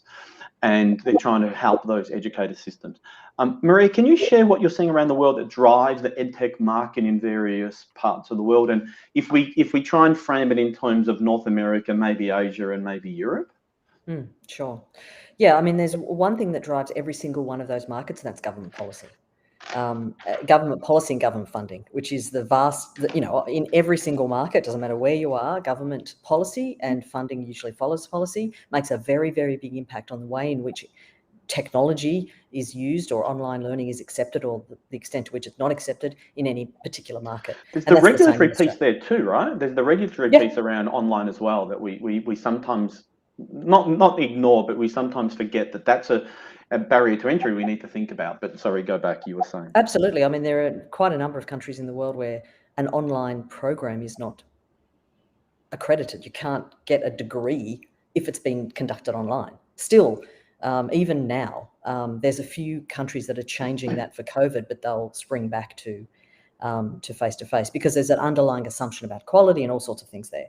And so government policy, regulation and funding from governments, the extent to which governments think about technology as a core component of access to education, which most countries did not. They thought about access to education being the right number of schools for the physical schools for the population in the cities and so on. or same with institutions, universities, and so on. But now, post-COVID or pre-COVID, inside COVID, they're thinking about access to education in a very different way and starting to think about, okay, if technology is the route to accessing education, our job is to provide access to education, then we're going to give, for example, Germany has instituted a €10 a month internet pass for kids so they can have internet at home for learning, because that's their access to education, not walking down to the local school anymore, certainly inside COVID. And so policy and government and so on makes a very big sort of part of it. The other part of it is the extent to which public education is accepted and funded and of quality. So in some markets, we see a huge private market for education. And that's where, say in Asia, many Asian countries, in some Middle East countries and Latin America to a lesser extent, where the private market for education, and that builds a very robust B2C education market, direct to consumer, where there's a high level of competition in order to either get a job or get into university or whatever it may be. And that breeds a very, very sort of competitive direct-to-consumer market, which we don't see so much in developed economies like Australia and in Europe, although things are changing. The largest growth in venture capital funding, in any case, in education has been in the B2C area, whereas, David, you mentioned before that B2B is a very big market for Australia, and that's because Australia's got a very high quality, well-funded, robust education system, and you want to be part of that as an EdTech. You want to be servicing schools. I mean, if you could service one school, you get to 600 students, right? And so, I think that's a good thing, actually. I think it's a really good thing, and I think we're going to see more of that as time goes on. And there was a question that came up a minute ago that slipped across the screen, asking about, is Google Classroom a part of this whole thing? And yes, it is. Those big tech players, they want to be the platform. And so whether it be Google or whether it be Zoom or others, they're building ecosystems of a platform on which EdTechs can put their apps and things, and teachers can use those. So it's a changing environment in that way too.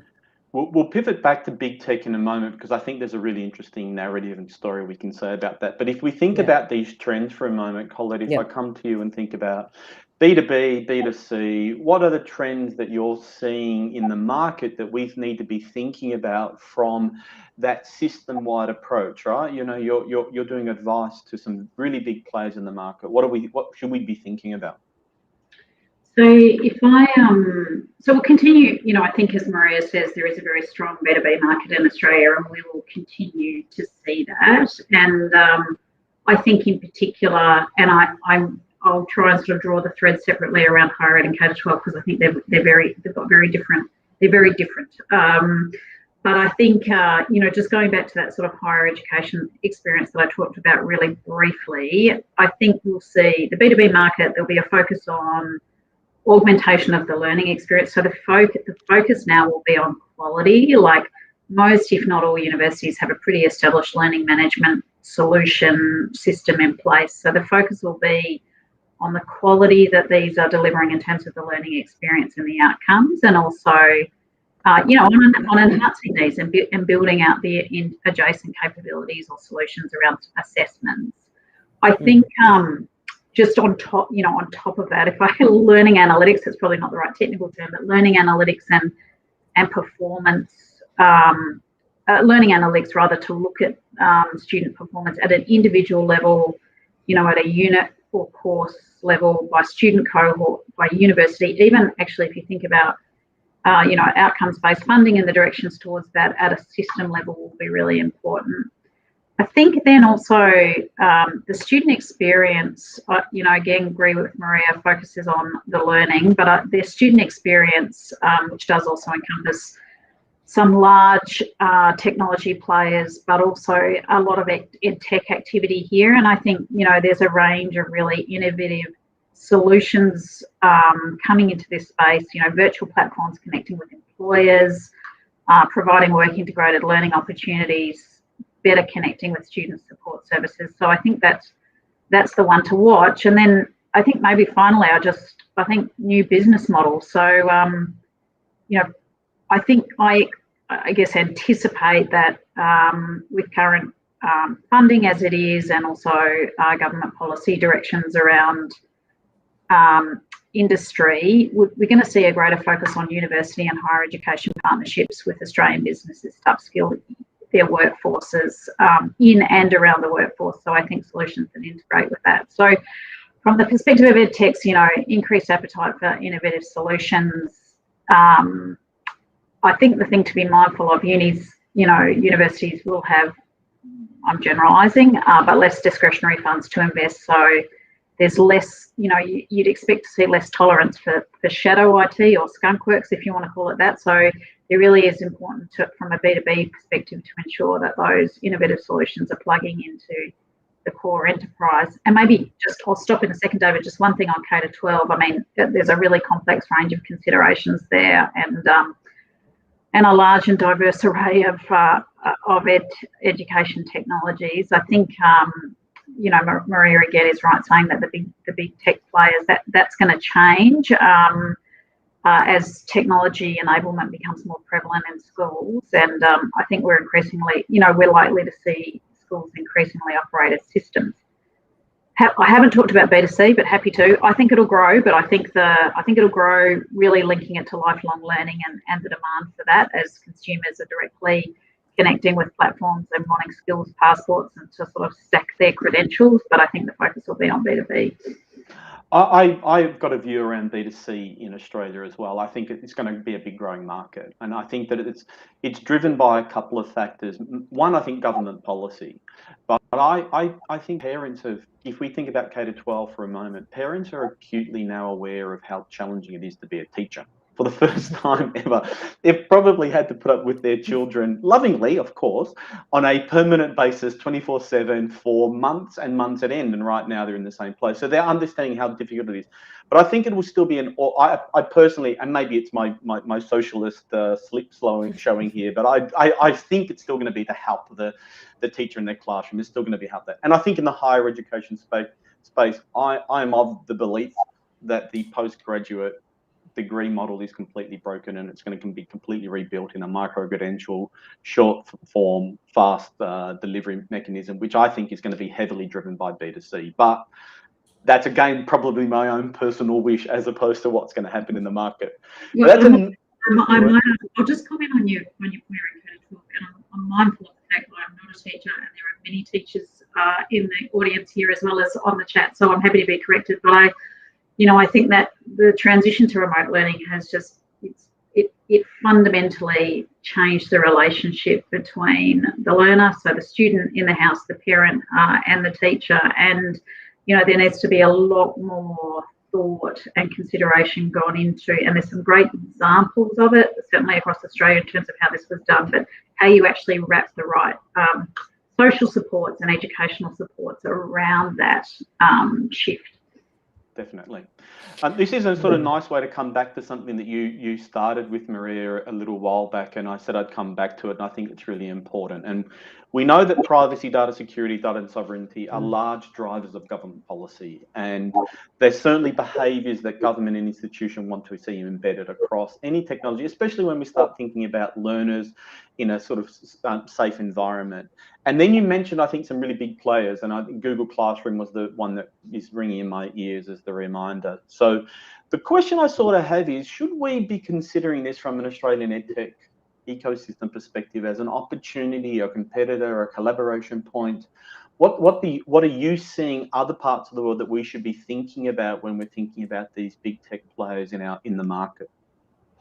Yeah, I mean, it's a great point. I see governments in many parts of the world are doing sort of really countrywide deals, essentially, with big tech players to provide infrastructure and ecosystems or platforms for learning where there were none, especially through COVID.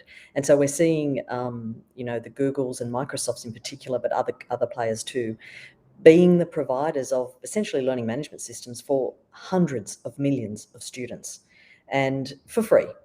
and the teachers get a lot of free training and support and things like that. Obviously, there's long-run commercial benefits for these companies, because once you're on the Microsoft system or the Google system, you're likely to stay there for life and all that sort of stuff. But they are building ecosystems. They don't want to just be a platform anymore. No one just wants to be a platform. They want to be the ecosystem within which everything comes and goes. And so, app number 264 or, assessment EdTech number 3 or whatever it may be, all interacting with and embedded in these ecosystems.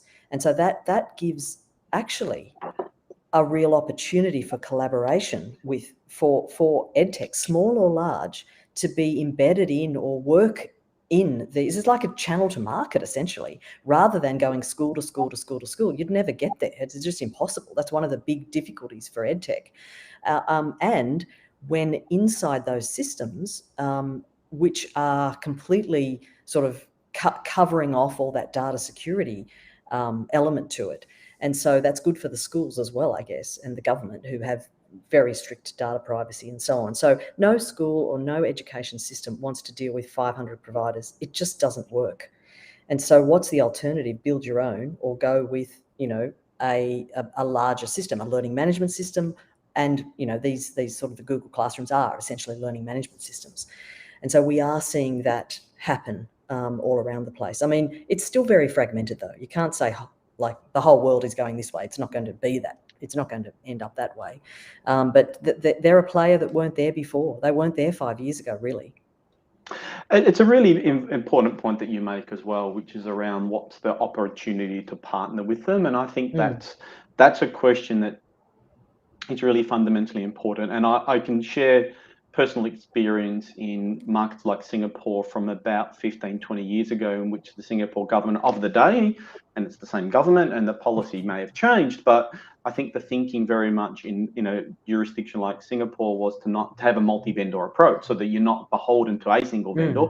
So that gives opportunity as well. And I think that there is more opportunity than risk, is my view. If I was a small EdTech player in Australia and Google or Microsoft or AWS or one of the big international players wanted to partner, I would be interested in the conversation. But I don't have that thing right now.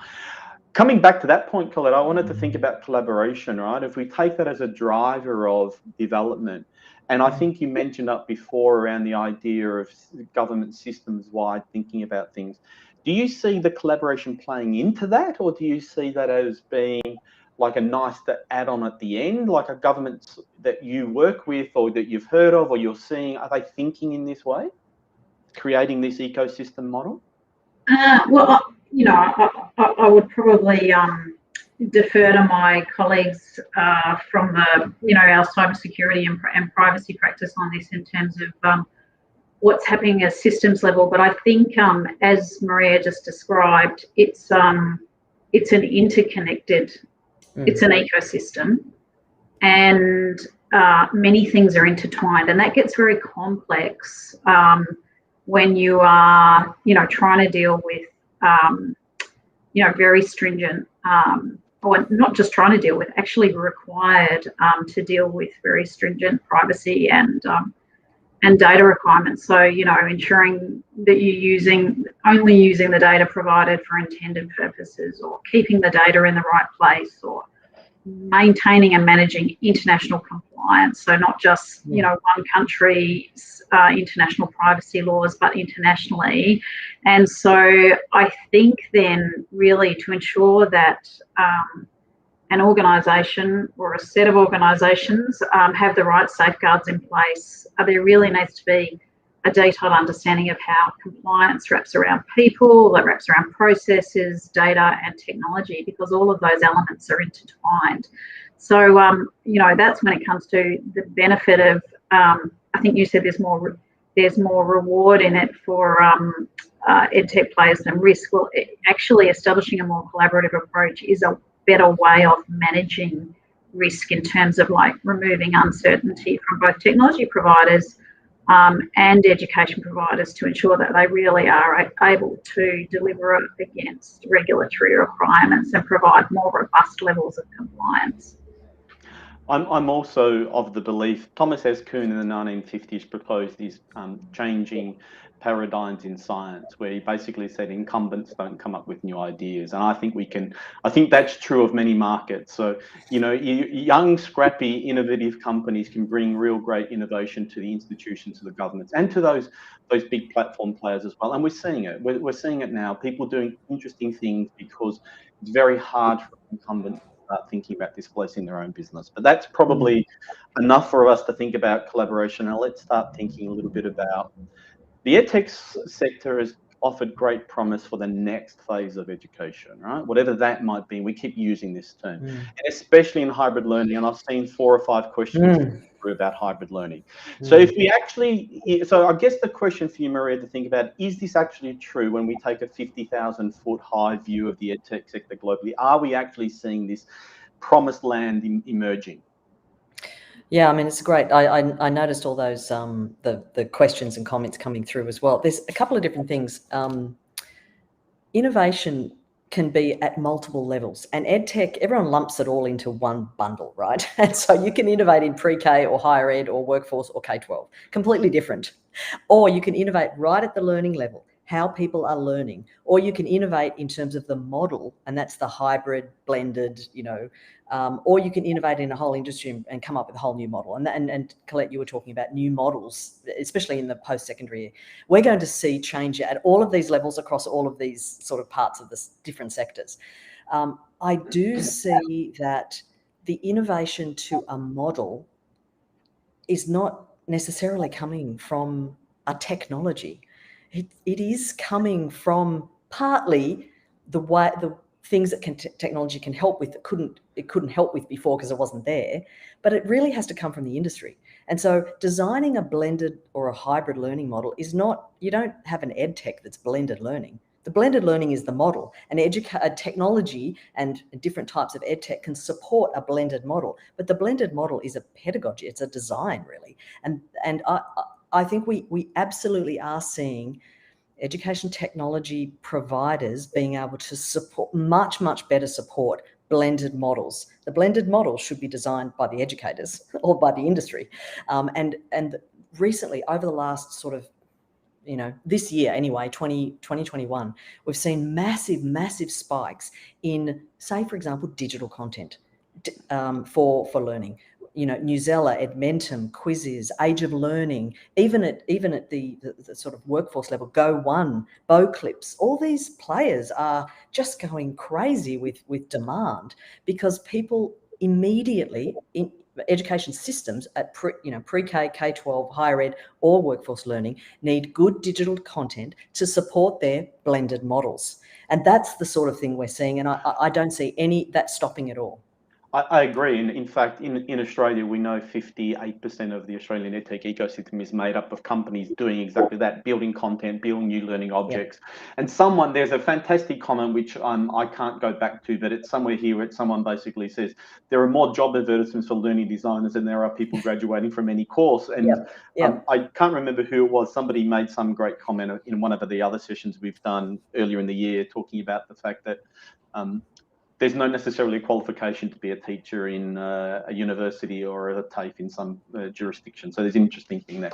But let's go back to this idea of the promised land for EdTech and launch off Maria's comment around it's actually the system that's changing, not the technology, right? The technology is enabling it. And I wondered whether or not you wanted to add anything in there, Colette, around the system change that you're seeing is part of the driver of these new business models, and what's the driver?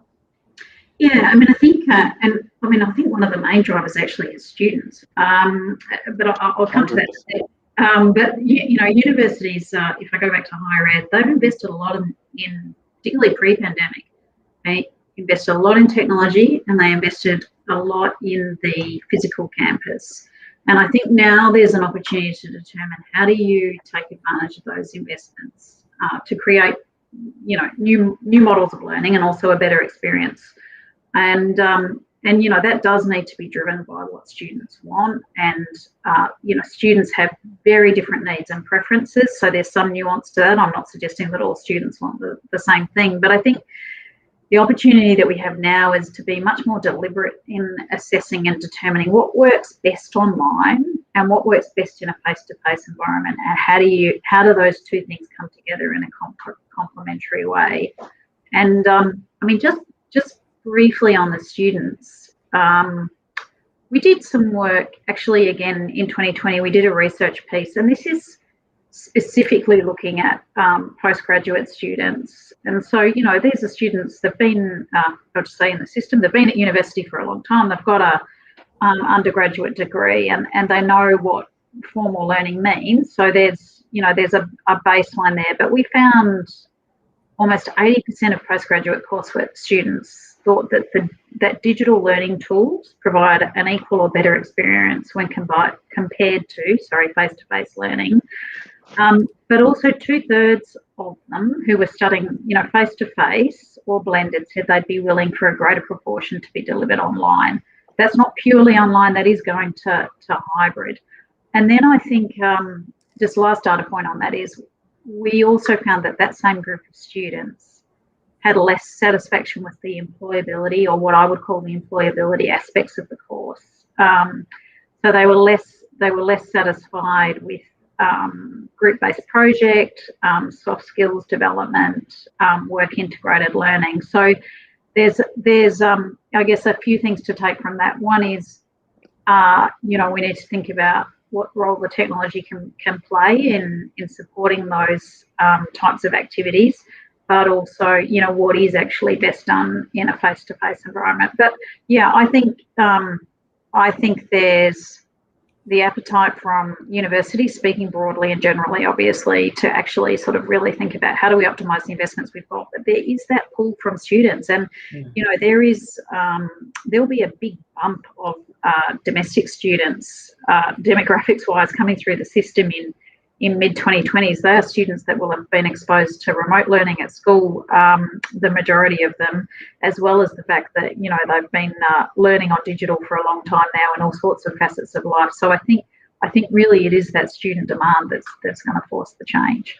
I think the idea of putting the student and the learner in the centre of the system is an incredibly exciting thing. So that sort of brings us towards the end of our time together, which I would like another 45 minutes, but we've eaten up that time really quickly. But I do have a final question for us to really think about, so we can leave delegates with a single thought. And we should try and attempt to connect it back to the conference theme of amplifying education. So I'll ask you, Maria, to give us a couple of minutes on what is the one thing you've observed globally that we need to consider in Australia to amplify education innovation? And what do you think it is we should be amplifying as well? That's the second part of that. Okay, wait a minute. Yeah, look, I think education is a system, and it works. A system works only because all the components are working together like a clock, right? And, in order to move a system forward, all parts of that system have to move. And so you can't just change one thing and expect the whole thing to be better. That's just not the way it works. So really what I'd like to see, there's a sort of a few really, really key components. One is capital, like who's paying for it? Who's paying for what? Who's bringing the capital to this? And then there's a capability. I saw a few questions come through before.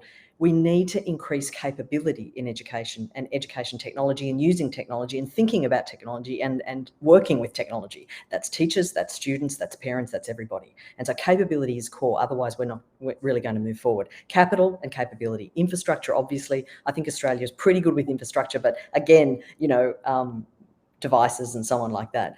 And the other thing is culture and impetus for change. Why are we even changing? So it really, what I'd like to see is components of that system working together to move things forward. I think one of the problems for Australia, not necessarily compared with other geographies, but as well as other geographies, is the mismatch we're missing an opportunity to educate our kids and our adults through to what's going to be needed in the future. I know people talk about that all the time, but if you've ever tried to hire anyone who's got really good technology capabilities, it's very, very difficult. It's difficult all around the world. We really need to do something about this from the early age. This is not just post-secondary learning, but very early.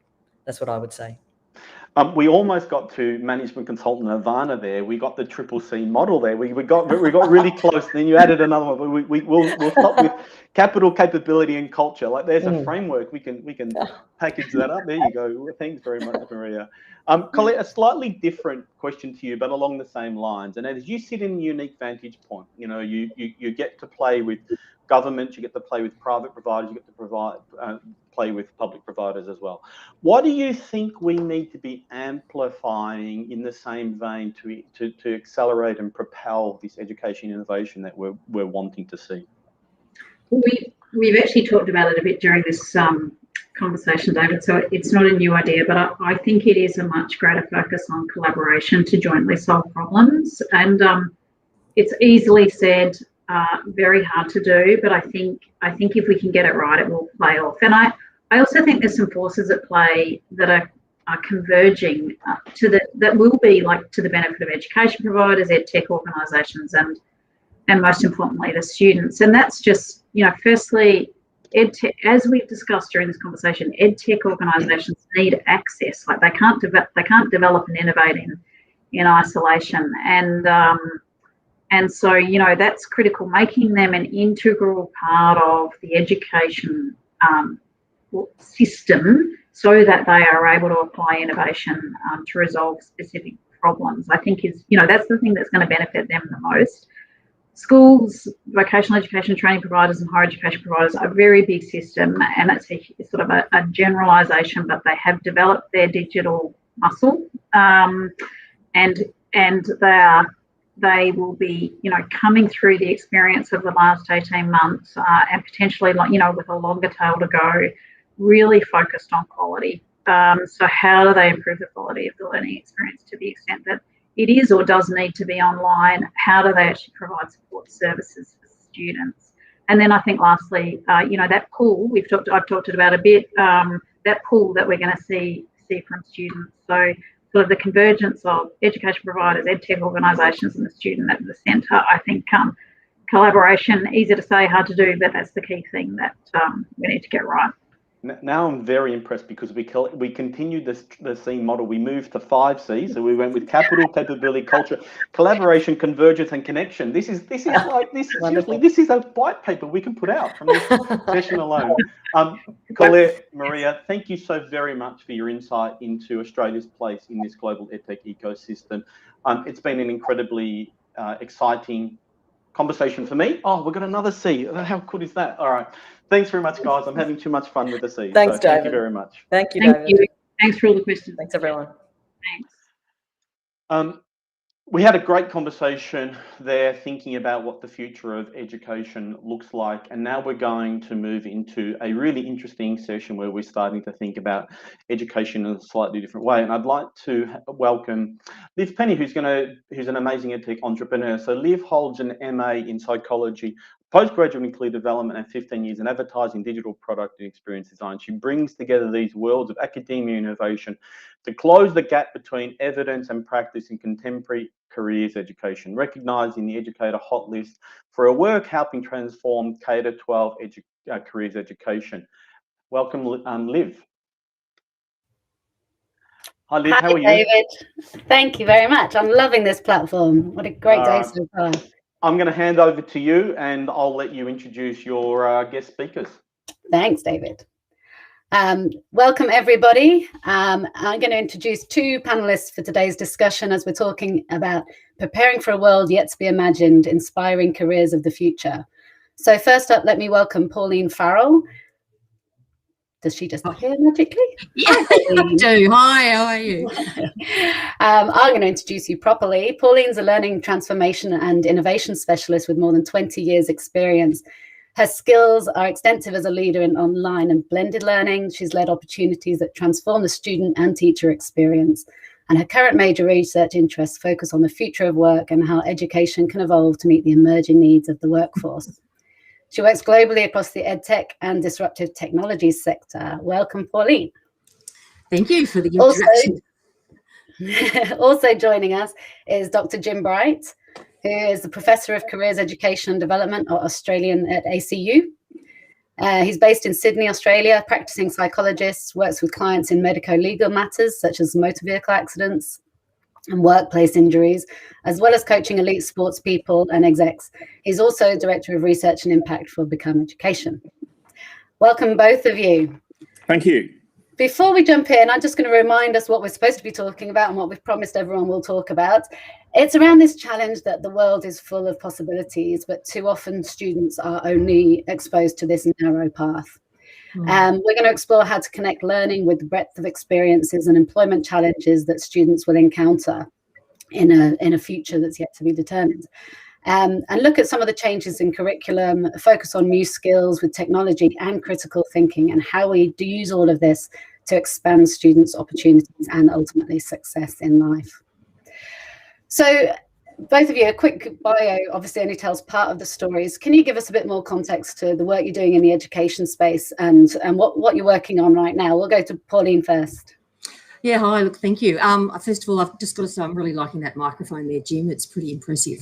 In terms of the work I've been doing, I'll sort of give you a snapshot in the last year. I've been working with some venture capitalists in the finance industry around emerging trends for education. I've been working with some fairly large international players in terms of postgraduate qualifications, but the major project that's consumed the bulk of my time has been working with the Department of Education Head Start, now called Tech Futures Group, where we are designing and developing and implementing brand new curricula across the state.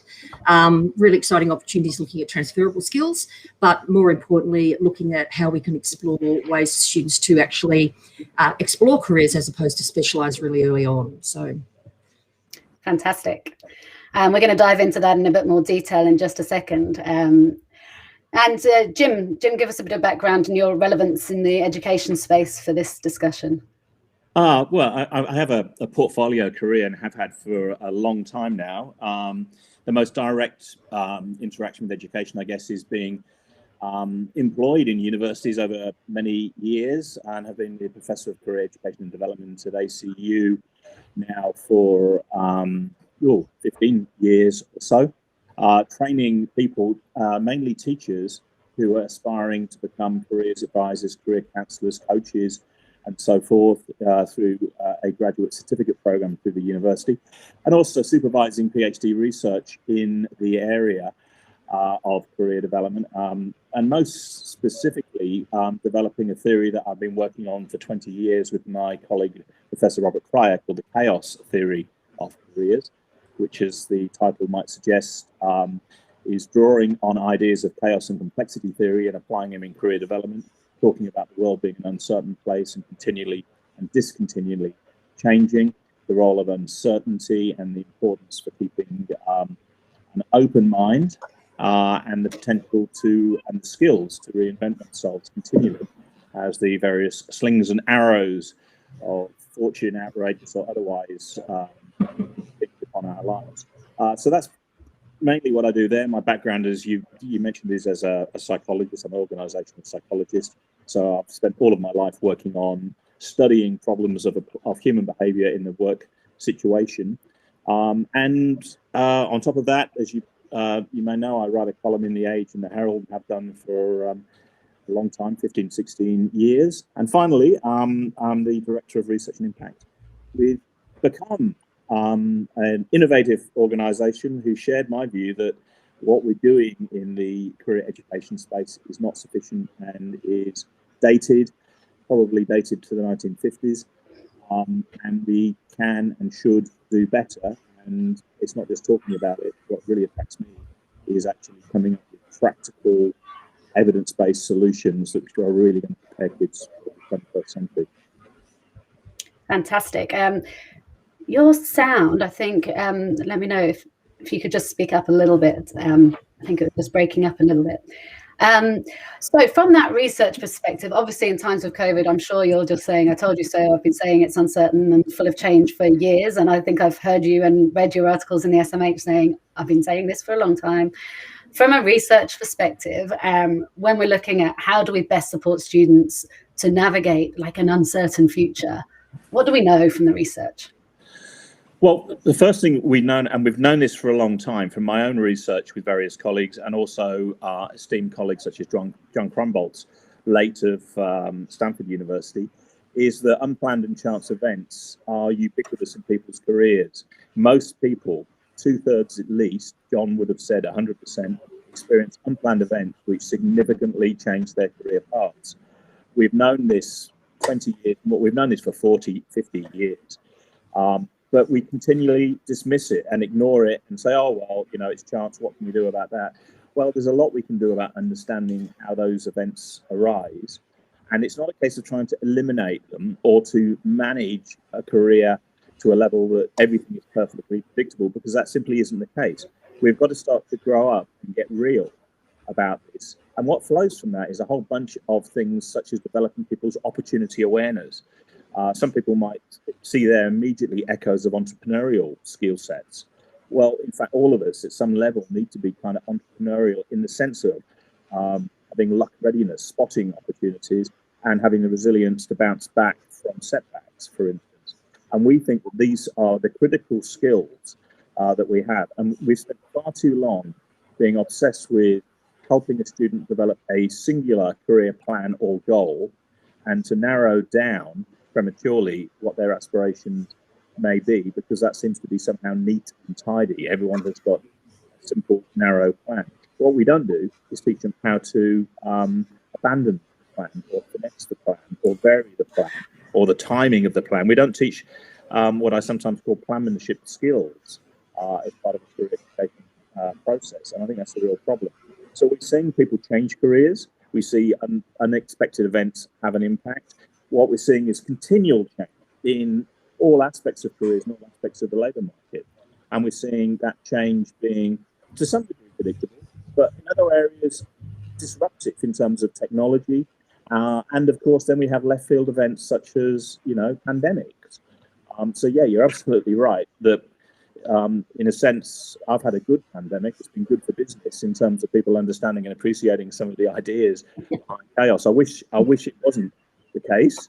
I wish people just came to these ideas in other ways, but certainly right now, people are recognizing that all the certainties that we believed existed in the arrangement of working parents.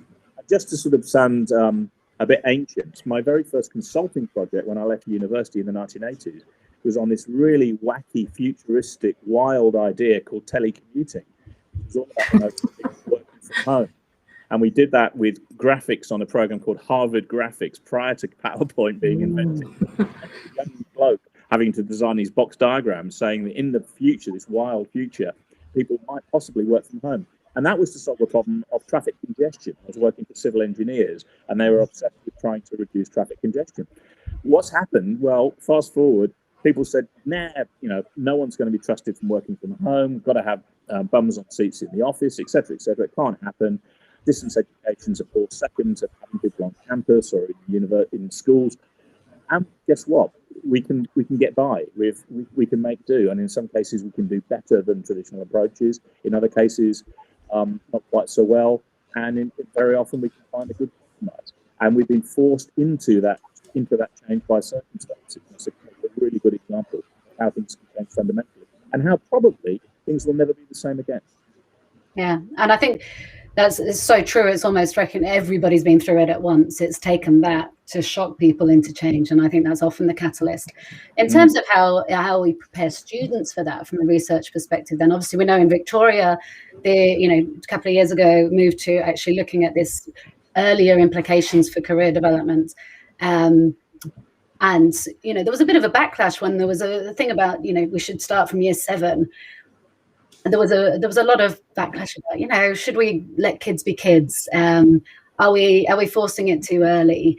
And I think one question's come through about that already. And I really remember that backlash. When we talk about the evidence. So what does the actual evidence say, and how do you counter that backlash about let kids be kids? Well, the evidence says that kids start thinking about career development in very structured ways almost from birth. The traditional models always suggested that kids had essentially random ideas about careers until things started to solidify around about year 9. And then, by year 10, they had to have a plan. And by year 12, they were kind of launched. And by 21, they had the freedom and the keys to the city. That was the traditional idea. What we're seeing now is that kids are actually developing quite mature mental models about the world of work from a very early age. Research is saying you ask a very young child, a 4-year-old, a kindergarten kid, what do you want to be when you grow up? And they'll give you an answer. And if you say to them, well, what if you can't be that? Those that can respond, their second choice is way above chance likely to be conceptually linked to the first. In other words, they're building maps of the world of work. The challenge is if we don't guide that process, what we end up with is some very distorted maps. And depressingly, those maps often reinforce rather traditional things such as gender stereotypes. So you start seeing the boys wanting to do traditionally male work and the girls restricting themselves to a much smaller subset, which has been somehow deemed to be female work. So that's one of the issues. Another issue with this, in terms of let kids be kids, is it fundamentally fails to understand what the role of play is in people's lives. We have, in the education industry, tried to con people that education, formal education, the stuff that's done in classrooms when we're allowed back in them, is terribly, terribly important and very, very serious. And in between that, we have recreation or playtime, which is trivial, frivolous, and unimportant to your life generally. Whereas in most societies, if you study them, play has an absolutely central role in acculturating and preparing people for the roles that they'll take on in society. Play is tremendously important, and we know this now. We know we've rediscovered play in education as critically important. What do people play when they play? Very often they take on occupational roles. They play at cops and robbers. They play at doctors and nurses. They take on particular roles from what they've been influenced by their parents, families, and the media. So the idea that careers magically should only be relevant or important in the sort of teenage years is fundamentally misguided. And there's good evidence to suggest we need to get in earlier. And we're not trying to tell people to become chimney sweeps at the age of 6 or put them to work in satanic mills. That's not what this is about. And I think that's absolutely. I think there is a bit of misconception about the role of careers education. We see that come through in the questions. Interestingly, it's just a bridge to something, the practical applications and interventions. I think the OECD research is showing very strongly that 15-year-olds have really fundamental issues with their aspirations in terms of how narrow they are, how misaligned they are, and they're not demand sensitive. So there's a big focus, and I'm really pleased to see there's this focus, and that piece of work and that project has got a lot of weight behind it around how do we make those aspirations of teenagers, open them up to what's possible and guide them into ways that might be more in line with demands. I think Maria in the last session was saying, yes, there are some skills gaps. We're not talking about funneling everyone into something, but how do we actually prepare them with these transferable skills and expose them to more? Pauline, your current work around designing a curriculum that prepares people for the future. Tell us a bit about it in terms of, I know you can't talk too much about it. I think it's a big reveal tomorrow. Is that right? Yeah, look, I'm happy to sort of give a broad view, absolutely, and give you a bit of context too, because it's more than just curriculum. Look, I'm a big believer that, some of the big transformations within education comes through an architectural approach, and that's through whether it's designing ecosystems, as Maria was talking about earlier, which are critical, but it's also about, designing architectural approaches to not just curriculum, but how we approach a whole range of things. So I'll give you sort of a bit of a genesis to this project, and it came about through a ministerial brief wanting to expand on basically digital capability and technology and really looking at where Victoria could potentially expand in this space. And one of the things that was really brought up very quickly was some of the key salient points were around the fact that 78% of our kids doing vet in schools programs actually didn't follow the cognitive discipline into any pathway, whether it be schooling or whether it be they were being forced to put into quite highly specialised courses really early on. Not that there's anything wrong with that, if that's appropriate. The other really interesting thing that came out of that is our completion rates in that vet schools program was quite low. And I'm just sort of giving you some background. And the other thing that became really, really clear is that a lot of the kids, when we did focus groups, were actually talking about the fact that 30% of them are really clear on what they wanted to do. 40% really weren't clear, and about 30% were really lost. They just didn't know where they wanted to go and what they wanted to do. And so part of our career education, and I always say this facetiously, is that I swear the last time I went to a careers education night, I swear it was the same presentation I was given 30, 40 years ago. So, you know, I was deeply concerned on that night and had a bit of a snicker. So what we had was this amazing opportunity for a sector co-design piece, where we could actually look at some of those opportunities around what industry was asking for, what students were asking for, what parents were asking for. And we came with a really clear analysis of skill sets that were needed globally. And so we were able to identify through mapping about, I think it was 8 to 12 different frameworks around skills of the future, as well as cross-correlating that with skills now. We're able to identify that those 40 skills were divided quite loosely into human enterprise skills, you know, what we used to call the old soft skills, but expanding that. There was really clear data sets around technical and digital. And really interestingly, when you correlated skill gaps, job gaps, where there were skill shortages and where potential skills could go, it became quite clear in building that architecture that what we needed to look at in designing any new programs that would be implemented was a dual approach. And one of those was allowing students to come in and do core skills, but then giving them the opportunity to actually explore. And part of that was that, I'll give an example, that my son had no idea. He thought he wanted to be an ed psychologist, got in and did an IT course as part of his skill set, found out he was absolutely awesome at networking, had no idea. So we're not giving kids the opportunity to explore not just their passions, but we're not giving them the opportunity to actually explore what their superpowers are. And a really good example of that is I had a kid who desperately wanted to be in the army. When we ran a whole of sessions, he felt that at that stage he wasn't in a position. When you dug into what his hobbies and passions were, he was actually a sculptor and a welder. And when he looked at that, he was then able to then position himself really well to get into the army. Long story, complex story. But he was able to then go on and do an apprenticeship and then position himself well. And 4 years later, he is in the army. But it's finding those pathways and passions. So with this course, what we've been able to co-design, and I don't take credit for this, this is part of a much broader community, and that's probably one of the things I'm most proud of, is that not only has, it's been led up by Head Start Tech Futures, but it's also brought together the tech schools, the TAFEs, the secondary schools, and obviously the Head Start clusters to come together with industry to design something that also has academic scholarship. So it doesn't preclude students from going to uni or pathwaying into TAFE or to get a job or all of the above. That's okay. So the most exciting part about this, I think, is that as we've already just started to implement in these last few weeks, the first two projects, we're now in the process of designing the next two projects. It's the passion and excitement that has been brought about by the sector for something that potentially will bring change. One thing I wanted to add to pick up on there, you're talking about that notion of being lost. And I think that there's a preoccupation sometimes or an anxiety about the notion that people may be lost, which is quite legitimate, and it is a problem. But I noticed one of the comments while you were talking that said, I think it's something like, I'm 49 and I haven't decided what I want to do. And that really chimed with me because I remember, again, Krumboltz saying, you don't have to decide what you do when you grow up. And one of my personal heroes, the actor Peter Ustinov, famously said on his 75th birthday, I really must decide what to do with my life. And I think we need to move away from this preoccupation of making people decided. That's right. Equally, I think it's really important, and it's often lost in a lot of policy and educational settings, that just because you don't know where you want to go does not mean you're lost.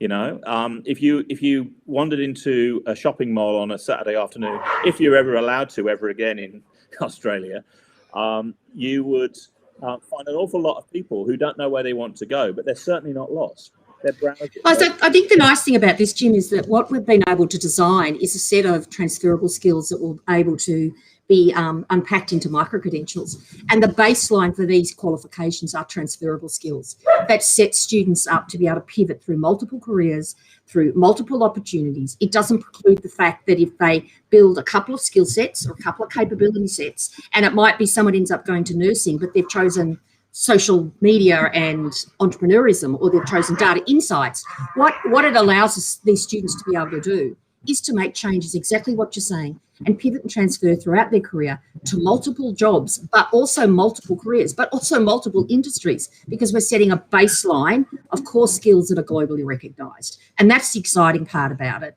is that it means that students, if they don't like what they're doing, they can pivot into another specialisation, build those skills to make them job ready, but most importantly, be positioned with transferable skills that will allow them to be able to use them throughout the duration of the next 4 to 5 years until hopefully everything changes again. Yeah, I mean, I think both of those points, I mean, what we're seeing is nobody's talking about decisions. And I think there's a few comments about decisions have come up in the comments. And I think when we're talking about, you know, what does success look like? It's clearly not decisions. I mean, I think traditionally, you know, if we look at a careers education, it's not a single decision. We look at everyone having a plan for their pathway as if that's going to be linear. I think what both of you are clearly saying is it's a package. It's not one decision. It's transferable skills, and a few people as well, but have said about, you know, those skills for lifelong learning. So what is, if you had to encapsulate, what is success? What does success look like to these learners? Go, Pauline. Okay, no. What does success look like? And I'm probably going to give a controversial approach. A happy, healthy life. And for me, that's being able to contribute to the world of work, contribute to our communities, contribute to their own families, and to ultimately feel that they are able to continue to learn, evolve, and to be healthy and happy. And I think our education process, we've often quantified success in a very simple way. And that way is around, you know, at the end of year 12 that you get a TER or you get a HSC score. We work towards that, and your health and your family relationships and friendships will often suffer. I think if we look at our lives as marathons, you know, I'm really old now, and you look at it as a marathon, and I look at the greatest, you know, happiness and success I've had. It is a duality across all of my life, and it's not just centered in my career. And so I think having those transferable skills allows us to not just have success in our work and our schooling, but most importantly in our life, because ultimately COVID, if it's taught us nothing, stuck in our homes, those critical nuclear relationships are really critical, and how we reach out to our closer community has been even more important than now. I agree, and I'd take a slightly different perspective on this, and I'd say that success is a collection of failures, and the more that you collect, the more successful you are. And I think it's sometimes a bit dangerous that this emphasis on success can place tremendous pressures on people. It can encourage social comparison. You know, is success measured against your peers? Is success measured against some other sort of abstract notion? And it can actually go against sort of curiosity-driven endeavors, and encouraging people to take small steps, to experiment, to fail, and to learn from those failures. Success really is learning from the failures in the most sort of abstract kind of way. And, you know, exploring corridors, exploring avenues, you know, examining the world, examining yourself, and trying to find your potential and find the limits of your ability. And therefore, by doing that, you can, I think, maximize the contributions that you do make to society. And that's a good point that Pauline was making. So I think it's another way of kind of thinking about that issue, which actually then drives an agenda of constant curiosity, exploration, and planning, not a plan. Absolutely. Planning. And constantly being prepared to experiment. And I think one of the nice things that the community that has designed this, and once again, it's a community, has come up with something like, I think it's 24 different capability and specialist streams. And I'm looking at some of the questions. And the point is that they would continue to evolve over time. And they cover off anything from social media, one we're calling Who Wants to Be a Millionaire, entrepreneurism, you know, hardware, help desk, all the way through to drones, robotics, AI, smart cities. It's actually giving kids the opportunity to explore around what not just the jobs now, but drawing that correlation, and most importantly, getting people like you, Jim, to come in and talk about your career trajectory and how did you end up where you were and what were the failures and pathways that you took, to actually have people that are both aspirational across all ages, talking about how careers are quite evolutionary and how, there's very few careers where you go into and stay in that job for the whole time. I always stir my brother. I say, don't you give me career advice. You've been in the same job for 24 years. You're unusual in today's society, but he's got meaningful contributions, don't get me wrong, but it becomes an ongoing discussion that we all continue to evolve. The last thing I wanted to say is one of the things that a lot of the courses we've looked at have been primarily really looking at people going into work for other people. If you look at the research coming out of CEDA, it's something like 38 to 41% of our kids will be working in gig economy and self-employed. How are we skilling these kids up for that as a reality, rewarding entrepreneurialism and innovation, but putting a scaffold for success around that? And particularly as you look at the data coming out currently, around 37% of Australians are looking to resign if they have to go back to the workplace. But 49%, 49 out of 50 of our companies are actually saying they want to go for a hybrid working situation. How do we then plan for this evolving world? And how do we build the skills that are needed, that are transferable for these kids to survive and thrive? Yeah, and I think there are some of those challenges, and I think the complexity of the world they're going into, it's not just the work we do that's changing and more uncertain than ever. We've talked for 10, 15 years about jobs of the future, as though there is a crystal ball somewhere and we can identify the skills that will absolutely nail you and future-proof you, which is another great word. There is no future-proofing, I think, but those skills, and a few people in the comments have just said, yes, it's about the explicit skills. We often talk about lifelong learning as that's the answer to thriving in uncertainty. But unless students are taught how to fit themselves together with the world of work, there was things there about, what does society need, and being conscious of that demand and supply rather than forcing them in is really critical, those metacognitive skills to actually understand how to fit themselves together with the world of work. But I think there's real, as well as the work that's happening and the work that's required, the ways we work is going to provide real challenges as well. Remote working for young people entering the workforce, what are some of those challenges to remote working? If nobody wants to go to work, what does that mean for new workers?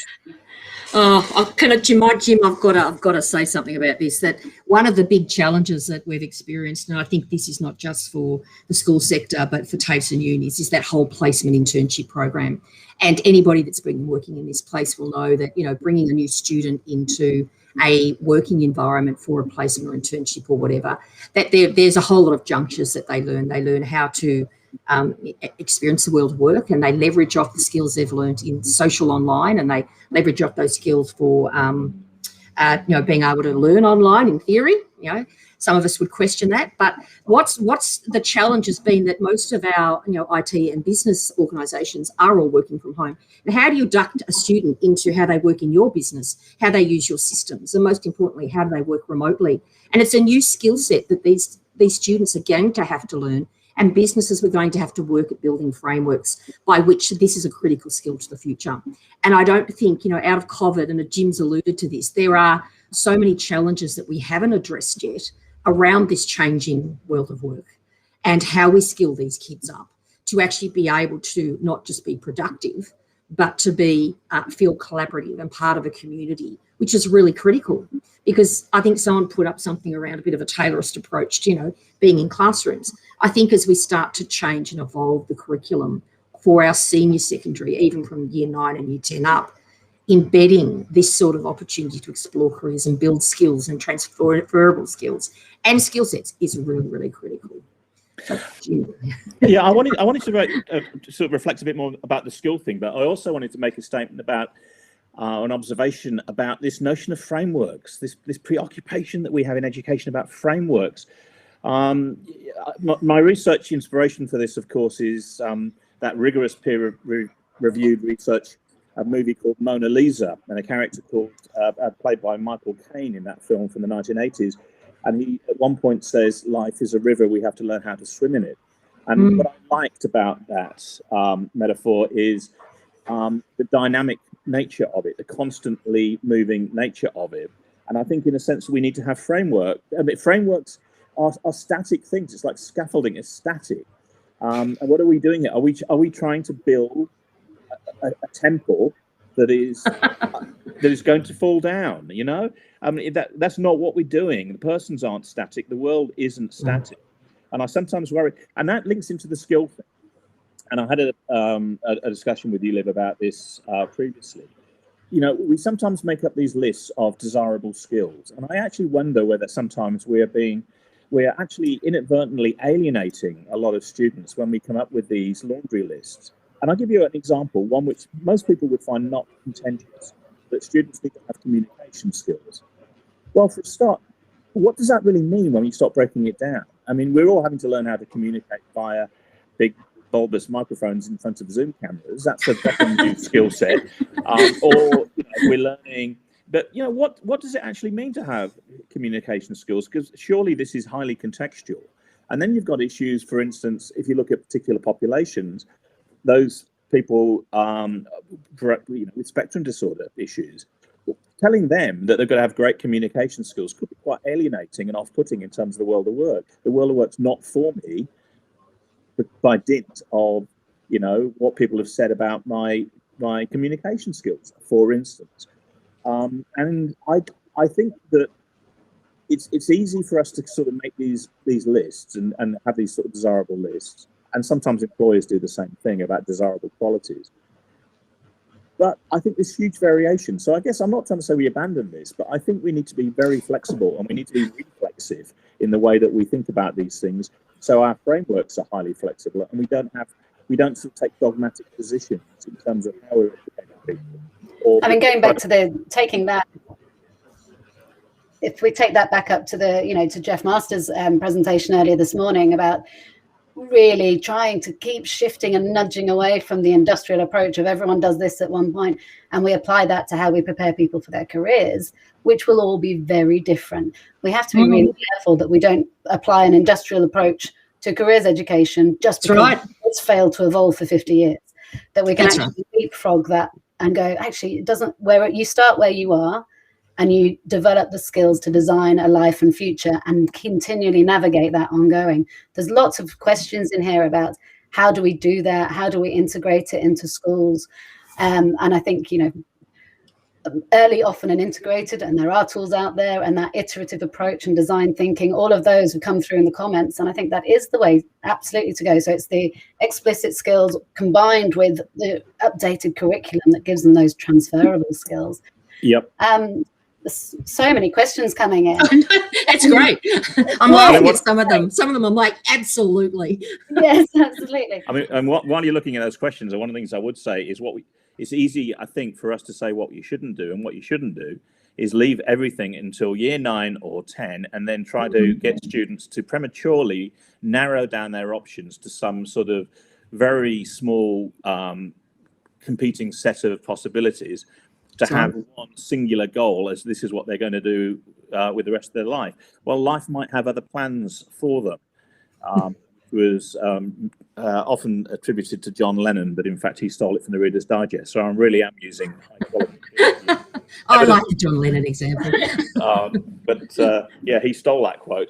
But I mean, that's I think this is the point we need. This stuff does need to be early, and it does need to be often. And it's about developing those skills. It's not about telling people what are you going to be and forcing them into making a decision which they're encouraged to believe is all or nothing. You could link this to other sorts of things like criticisms of, say, the ATAR, which has been going on for years, and maybe we're reaching a tipping point with that people have been very concerned about the all or nothing nature of that kind of thing, and saying. And I think we need to not ignore the fact that we have, significant mental health issues with our youth. They're looking for something new, something different. You're looking in China. There's a new phenomenon which I find fascinating called the lie down generation. They're purposely saying they don't want to earn more and they don't want to be promoted because they don't want the lives of their parents. We're looking generationally, and a lot of us, at varying ages and different generations, saying, I don't think I want to go back to that 60-hour week always on a plane. I think COVID has given us an opportunity to pause, reflect, and understand. Satisfaction from a career, making a difference and contributing to society, is far more attractive, as you start to read and read and read. But I just wanted to make a couple of points on a couple of the questions that have come through, because I know we're heading towards the end.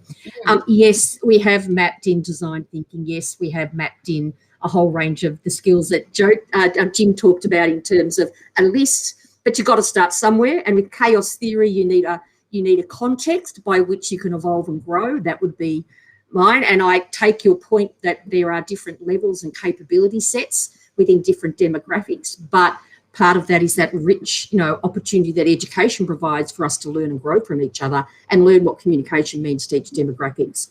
But that mapping, and I'm happy to share that with people, is quite a extensive mapping. And yes, it needs to evolve. It can't be stagnant. The whole point of designing good architectural curriculum is it doesn't stay the same. It needs to evolve. Otherwise, it has a life cycle of between 2 and 3 years. And part of the challenges and the strengths of our training packages is that they take time and they are a really quality approach. The weakness of our training packages is they take time and they don't necessarily evolve according to what we need, and they're often very much around post-secondary. So, yeah, I think we've got some opportunities, and I take the list point, but got to start somewhere. Pardon me. Couple more questions before we start to wrap up. I think we need to take a whole of life approach to a career, build the human first. Yes, absolutely. I think that education is just part of a person's journey is critical. And one of my favorite, Dave Redcott, who's doing a lot of work out of Canada with Michael Huston on the intersection of well-being, which is obviously so prominent in most educators' mind at the moment with COVID. Absolutely. And the power of careers education as drive positive well-being outcomes, if we think about that positive student future. So if we're talking about, yes, this is a part of a person's journey, but it's a really fundamental part of providing a positive future horizon and hope at the end of the day. So I think often careers education can be put in the corner at times like this in COVID, whereas actually it has the power to actually build that hope and do the things that are most important in terms of it's absolutely fundamental. And if you look at the reverse of this, when people lose their careers or lose their jobs and the mental health impacts that occur because of that, the role of work is fundamental. The role of work in providing people with a sense of purpose, the fact that work is social contribution, which connects us to other people and makes us held within society. This stuff is absolutely fundamental to our well-being. And it helps develop that community. It helps overcome isolation. It helps build people's self-efficacy and sense of worth and value, that they have something meaningful to contribute. All of this needs to start with the individual, with the student. It needs to be focused around them, and we need to build curiosity-driven careers education, rather than trying to fit them into little boxes and saying, you are like this, you should become a mechanic and that's your label for life, or you should become a nurse and that's your label for life. This is old thinking. And in fact, the evidence is not very impressive that stuff ever worked. And we certainly have a pressing need to move beyond it. And I'd also say that with careers, that one of the things that's really evolving in all the research around, jobs of the future and skills of the future, is that it really is a layered approach. And a really good example of that is the trades currently. We're looking at, the influx of robots and 3D printers, and we're looking at, a whole range of amazing technologies, including drones. You think about the skills that a tradesperson needs to be successful as we move forward, that we can print a whole house. There is a huge technology component, but also a huge design thinking, comms, innovation, entrepreneur. That whole skill set is quite broad. So we need productive workers. There's some great work by Guy Claxton, and I will always talk about Guy Claxton because I love this work. And he talks about, our education sector designed approximately, 10% of the world were going to be the thinkers and 90% of the world were going to be doers. And those that could think and do, and when you did tests, you found that some students could actually do the abstract work and come up with the answers. Some could come up with the answer and didn't know it. The people that could do both were the millionaires of the world. And so we needed to build a generation of thinking doers or doing thinkers. And that whole, elite process, back in my day, 10% got into VCE. That's surpassed. So that context of being, academic scholarship and literacy is part of it, but not the end outcome. We need to bleed this through everything we do. And the point you made, Jim, is really important about people finding meaning in work, but people also finding meaning in community connection and volunteer work as well. And really being broad, you know, some of the greatest satisfaction I had as being a mother, some of the greatest pain I've had as being a mother. But that was work too. And I think looking at the world of work more broadly as we evolve through our lives, and there's a couple of really good points in these questions and comments, is that a career is for life, but it's not going to stay the same. And a lot of hybrid jobs continue to emerge where you might have started off as a marketer, in our social media specialist, who potentially will become an AI designer into the future to meet those evolving needs. But it's the skills and the capabilities that will drive your evolving career. And that is the baseline for which we want to start, and the ability to be able to explore, communicate, and to be able to start to look at things in a more complex but simplified manner. Yeah, and I think it's interesting when you start looking at these differences between sort of know-how, the savoir, and sort of know what, the connaître, the intellectualism versus the practical. That division is entirely arbitrary in my mind, and it's becoming increasingly blurred because of the technology that you're talking about. And very often, a lot of this stuff is motivational. If you start with a student and their interests, which will be changing over time and cannot be narrowed down and classified, simply they're fluid, then the motivation is there, and you will see people will be motivated. The person who says they are ham-fisted and not practical, it's amazing how practical they can become if they need to or they want to, and vice versa in terms of the intellectual skills. Yeah, we've gone from this notion that you know, society has needed mainly practical work, and therefore we'll restrict education, higher education, to 5%, and increasingly now, well, aspirational targets. Well, let's be honest, we still have analogies, having worked in senior executive roles in universities and TAFEs. We still have a bit of a, not always, I think this is evolving, but a bit of a blue collar, white collar analogy going on. And I think what I loved about that, you know, salient work by Professor Claxton at King's College in London was around that fact that we need to design differently. The architecture of education, the pedagogical underpinnings need to really start to evolve. And I think that's where some of the greatest innovation will come. And I liked Maria's comment in the last, you know, that some of the best innovation in EdTech comes from a strong pedagogical, anthropological base. I never can say that word. Never. Yeah. I'm going to jump in there because I need to ask you both a final parting question to wrap up. But thank you so much for both of your comments. But Jim, to start with, what are the things and the innovations we should be amplifying in education to best prepare students? And you have a 1-minute answer. Okay, we've got to develop curiosity-led, student-led career education starting in primary school and going forward and going through adult life. That needs to be there, all ages, careers, work. We need to be working on planning, not having a single plan. We need to teach people how to change and change continually, and support, and how they can seek support for that change. So yes, early often is absolutely critical. And hopefully I'm sort of living the part of the talk here as being the blue collar professor. Thank you. Pauline, what about you? What is the one thing we need to quantify? I think for me, it's that COVID is an opportunity for us to re-envisage the world we live in. And I know that sounds like a twee comment. I think it's been building towards this. And I think, and I'll talk predominantly around our secondary school students and our postgrad students. They're looking for education to be able to provide very clear pathways to support them to build successful lives, successful career and successful lives. We do that by providing social access, and that might be through some of those learning ecosystems where remote students are not, disadvantaged. We're really looking at how people can explore, but also build a sense that your career will continue to evolve over your lifetime. And your job is to build skills and capabilities that will allow you to pivot when you want to or when the need arises. And that's not just in your career, that's in your life. And skilling us up with the ability to be able to, really basic project management, creativity, innovation, all of those things are skills for life. And I think that's what education does and should do even better. Thank you so much. I completely agree.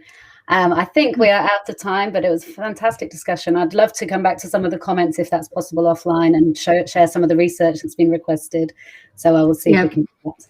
And can I get a copy of the questions? I'm really happy to answer any of those questions. It's a great conversation to continue.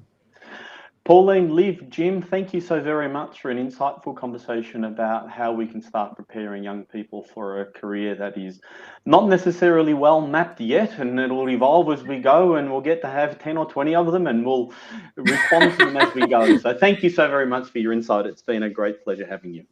Thanks, everyone. Thank you. Bye. That is bringing us towards the close of our morning here at the Melbourne EdTech Summit Innovation Precinct at EduGrowth. We've had a great morning. We've heard from Jeff Masters on the future of assessment, and Colette and Maria talked to us about Australia's place in the global EdTech ecosystem. And last, we heard about future career development from Liv, Jim, and Pauline. Earlier this morning in my opening, I spoke about the fact that the pandemic has had enormous challenges for everyone, and there are parts of our community that have been really impacted. The musicians, comedians, speakers, and artists have had a really tough time, and EduGrowth is excited to be able to provide you some light entertainment during your lockdown, whilst also providing a place for performers to practice their art. We have a cellist today, a duet tomorrow, and a magician Thursday, and then Fun Friday, where we've got a parent giving us insight to learning from home.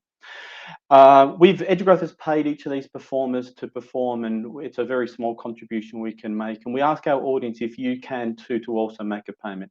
We've set up a tip page on the EduGrowth website where you can make a small contribution that will be split between FGL performers this week. And we hope through this very small contribution we can help some members of our community who are finding it very difficult. The link is up on the screen right now. I'm going to personally kick some things off. I'm going to make a contribution myself on behalf of myself and my wife. We're going to contribute $1,000 into the tip jar to kick that process off. And we've been very lucky. We have not been impacted negatively from a financial perspective from COVID, obviously in our social lives and all of those things we've been able to continue to do our work. And we hope that our contribution will help our performers out just a little bit. And we realize this is a very small piece, but we hope you too can join us in making this contribution. You can contribute via that link on the screen right now. Today, we've got something really interesting thing. We've actually asked the cellist Nora Browning from Four Seasons String Quartet. Are you with us, Nora? Yes, I am. Hi, Nora. How are you? Thank you very much for performing. And I know that this is probably not something that you're used to, doing a virtual performance, but thank you very much for contributing. The stage is yours, and I'm here if you need any help. I'll be in the background. Okay, over to you. No problem, David. Much appreciated. I welcome everybody. As David said, my name. Thank you so very much for playing for us. It's been fantastic. You haven't seen the comments, but they've been flowing through. Thank you, Nora. It's been fantastic. Lovely. Thank you for the lovely music, touching respite from the dark clouds of the lockdown. So thank you very much for playing. Thank you very much, David, for giving me the platform. You've been very considerate and very much appreciate your support. And it's been my absolute pleasure. We'll see you next year face-to-face at the Melbourne EdTech Summit. You can bring the whole quartet and we'll listen to you during our lunch as well. Would love that. Thank you, Nora. Thank you again, and all the best for the rest of the afternoon. Just a reminder that if you are tuning in, we have an entertainer each lunchtime. We're trying to help some people who have not been able to ply their trade during the pandemic. Feel free to provide a tip if you can, and if you want to, there's a link on the page here that will allow you to do that. And that sort of brings us to the conclusion of our first morning here at the Melbourne EdTech Summit and Innovation Precinct. We will return to live content this afternoon. Just one sec, I'm getting some feedback. We might need to drop Nora's phone. Oh, there we go. We've got rid of that. Okay. Now concludes our morning this afternoon. We return to live content at 3 p.m. where we think about exporting education with David Bowser and Tom Crombie. During the break here in Innovation Stage, you can go and visit the amazing companies in Innovation Alley on the EduTech platform. And thanks again to the Melbourne EdTech Summit partners, Global Victoria, WAND, Amazon Web Services, Curio, and Open Learning. We truly couldn't deliver such an amazing program without your support. See you all back at 3 p.m.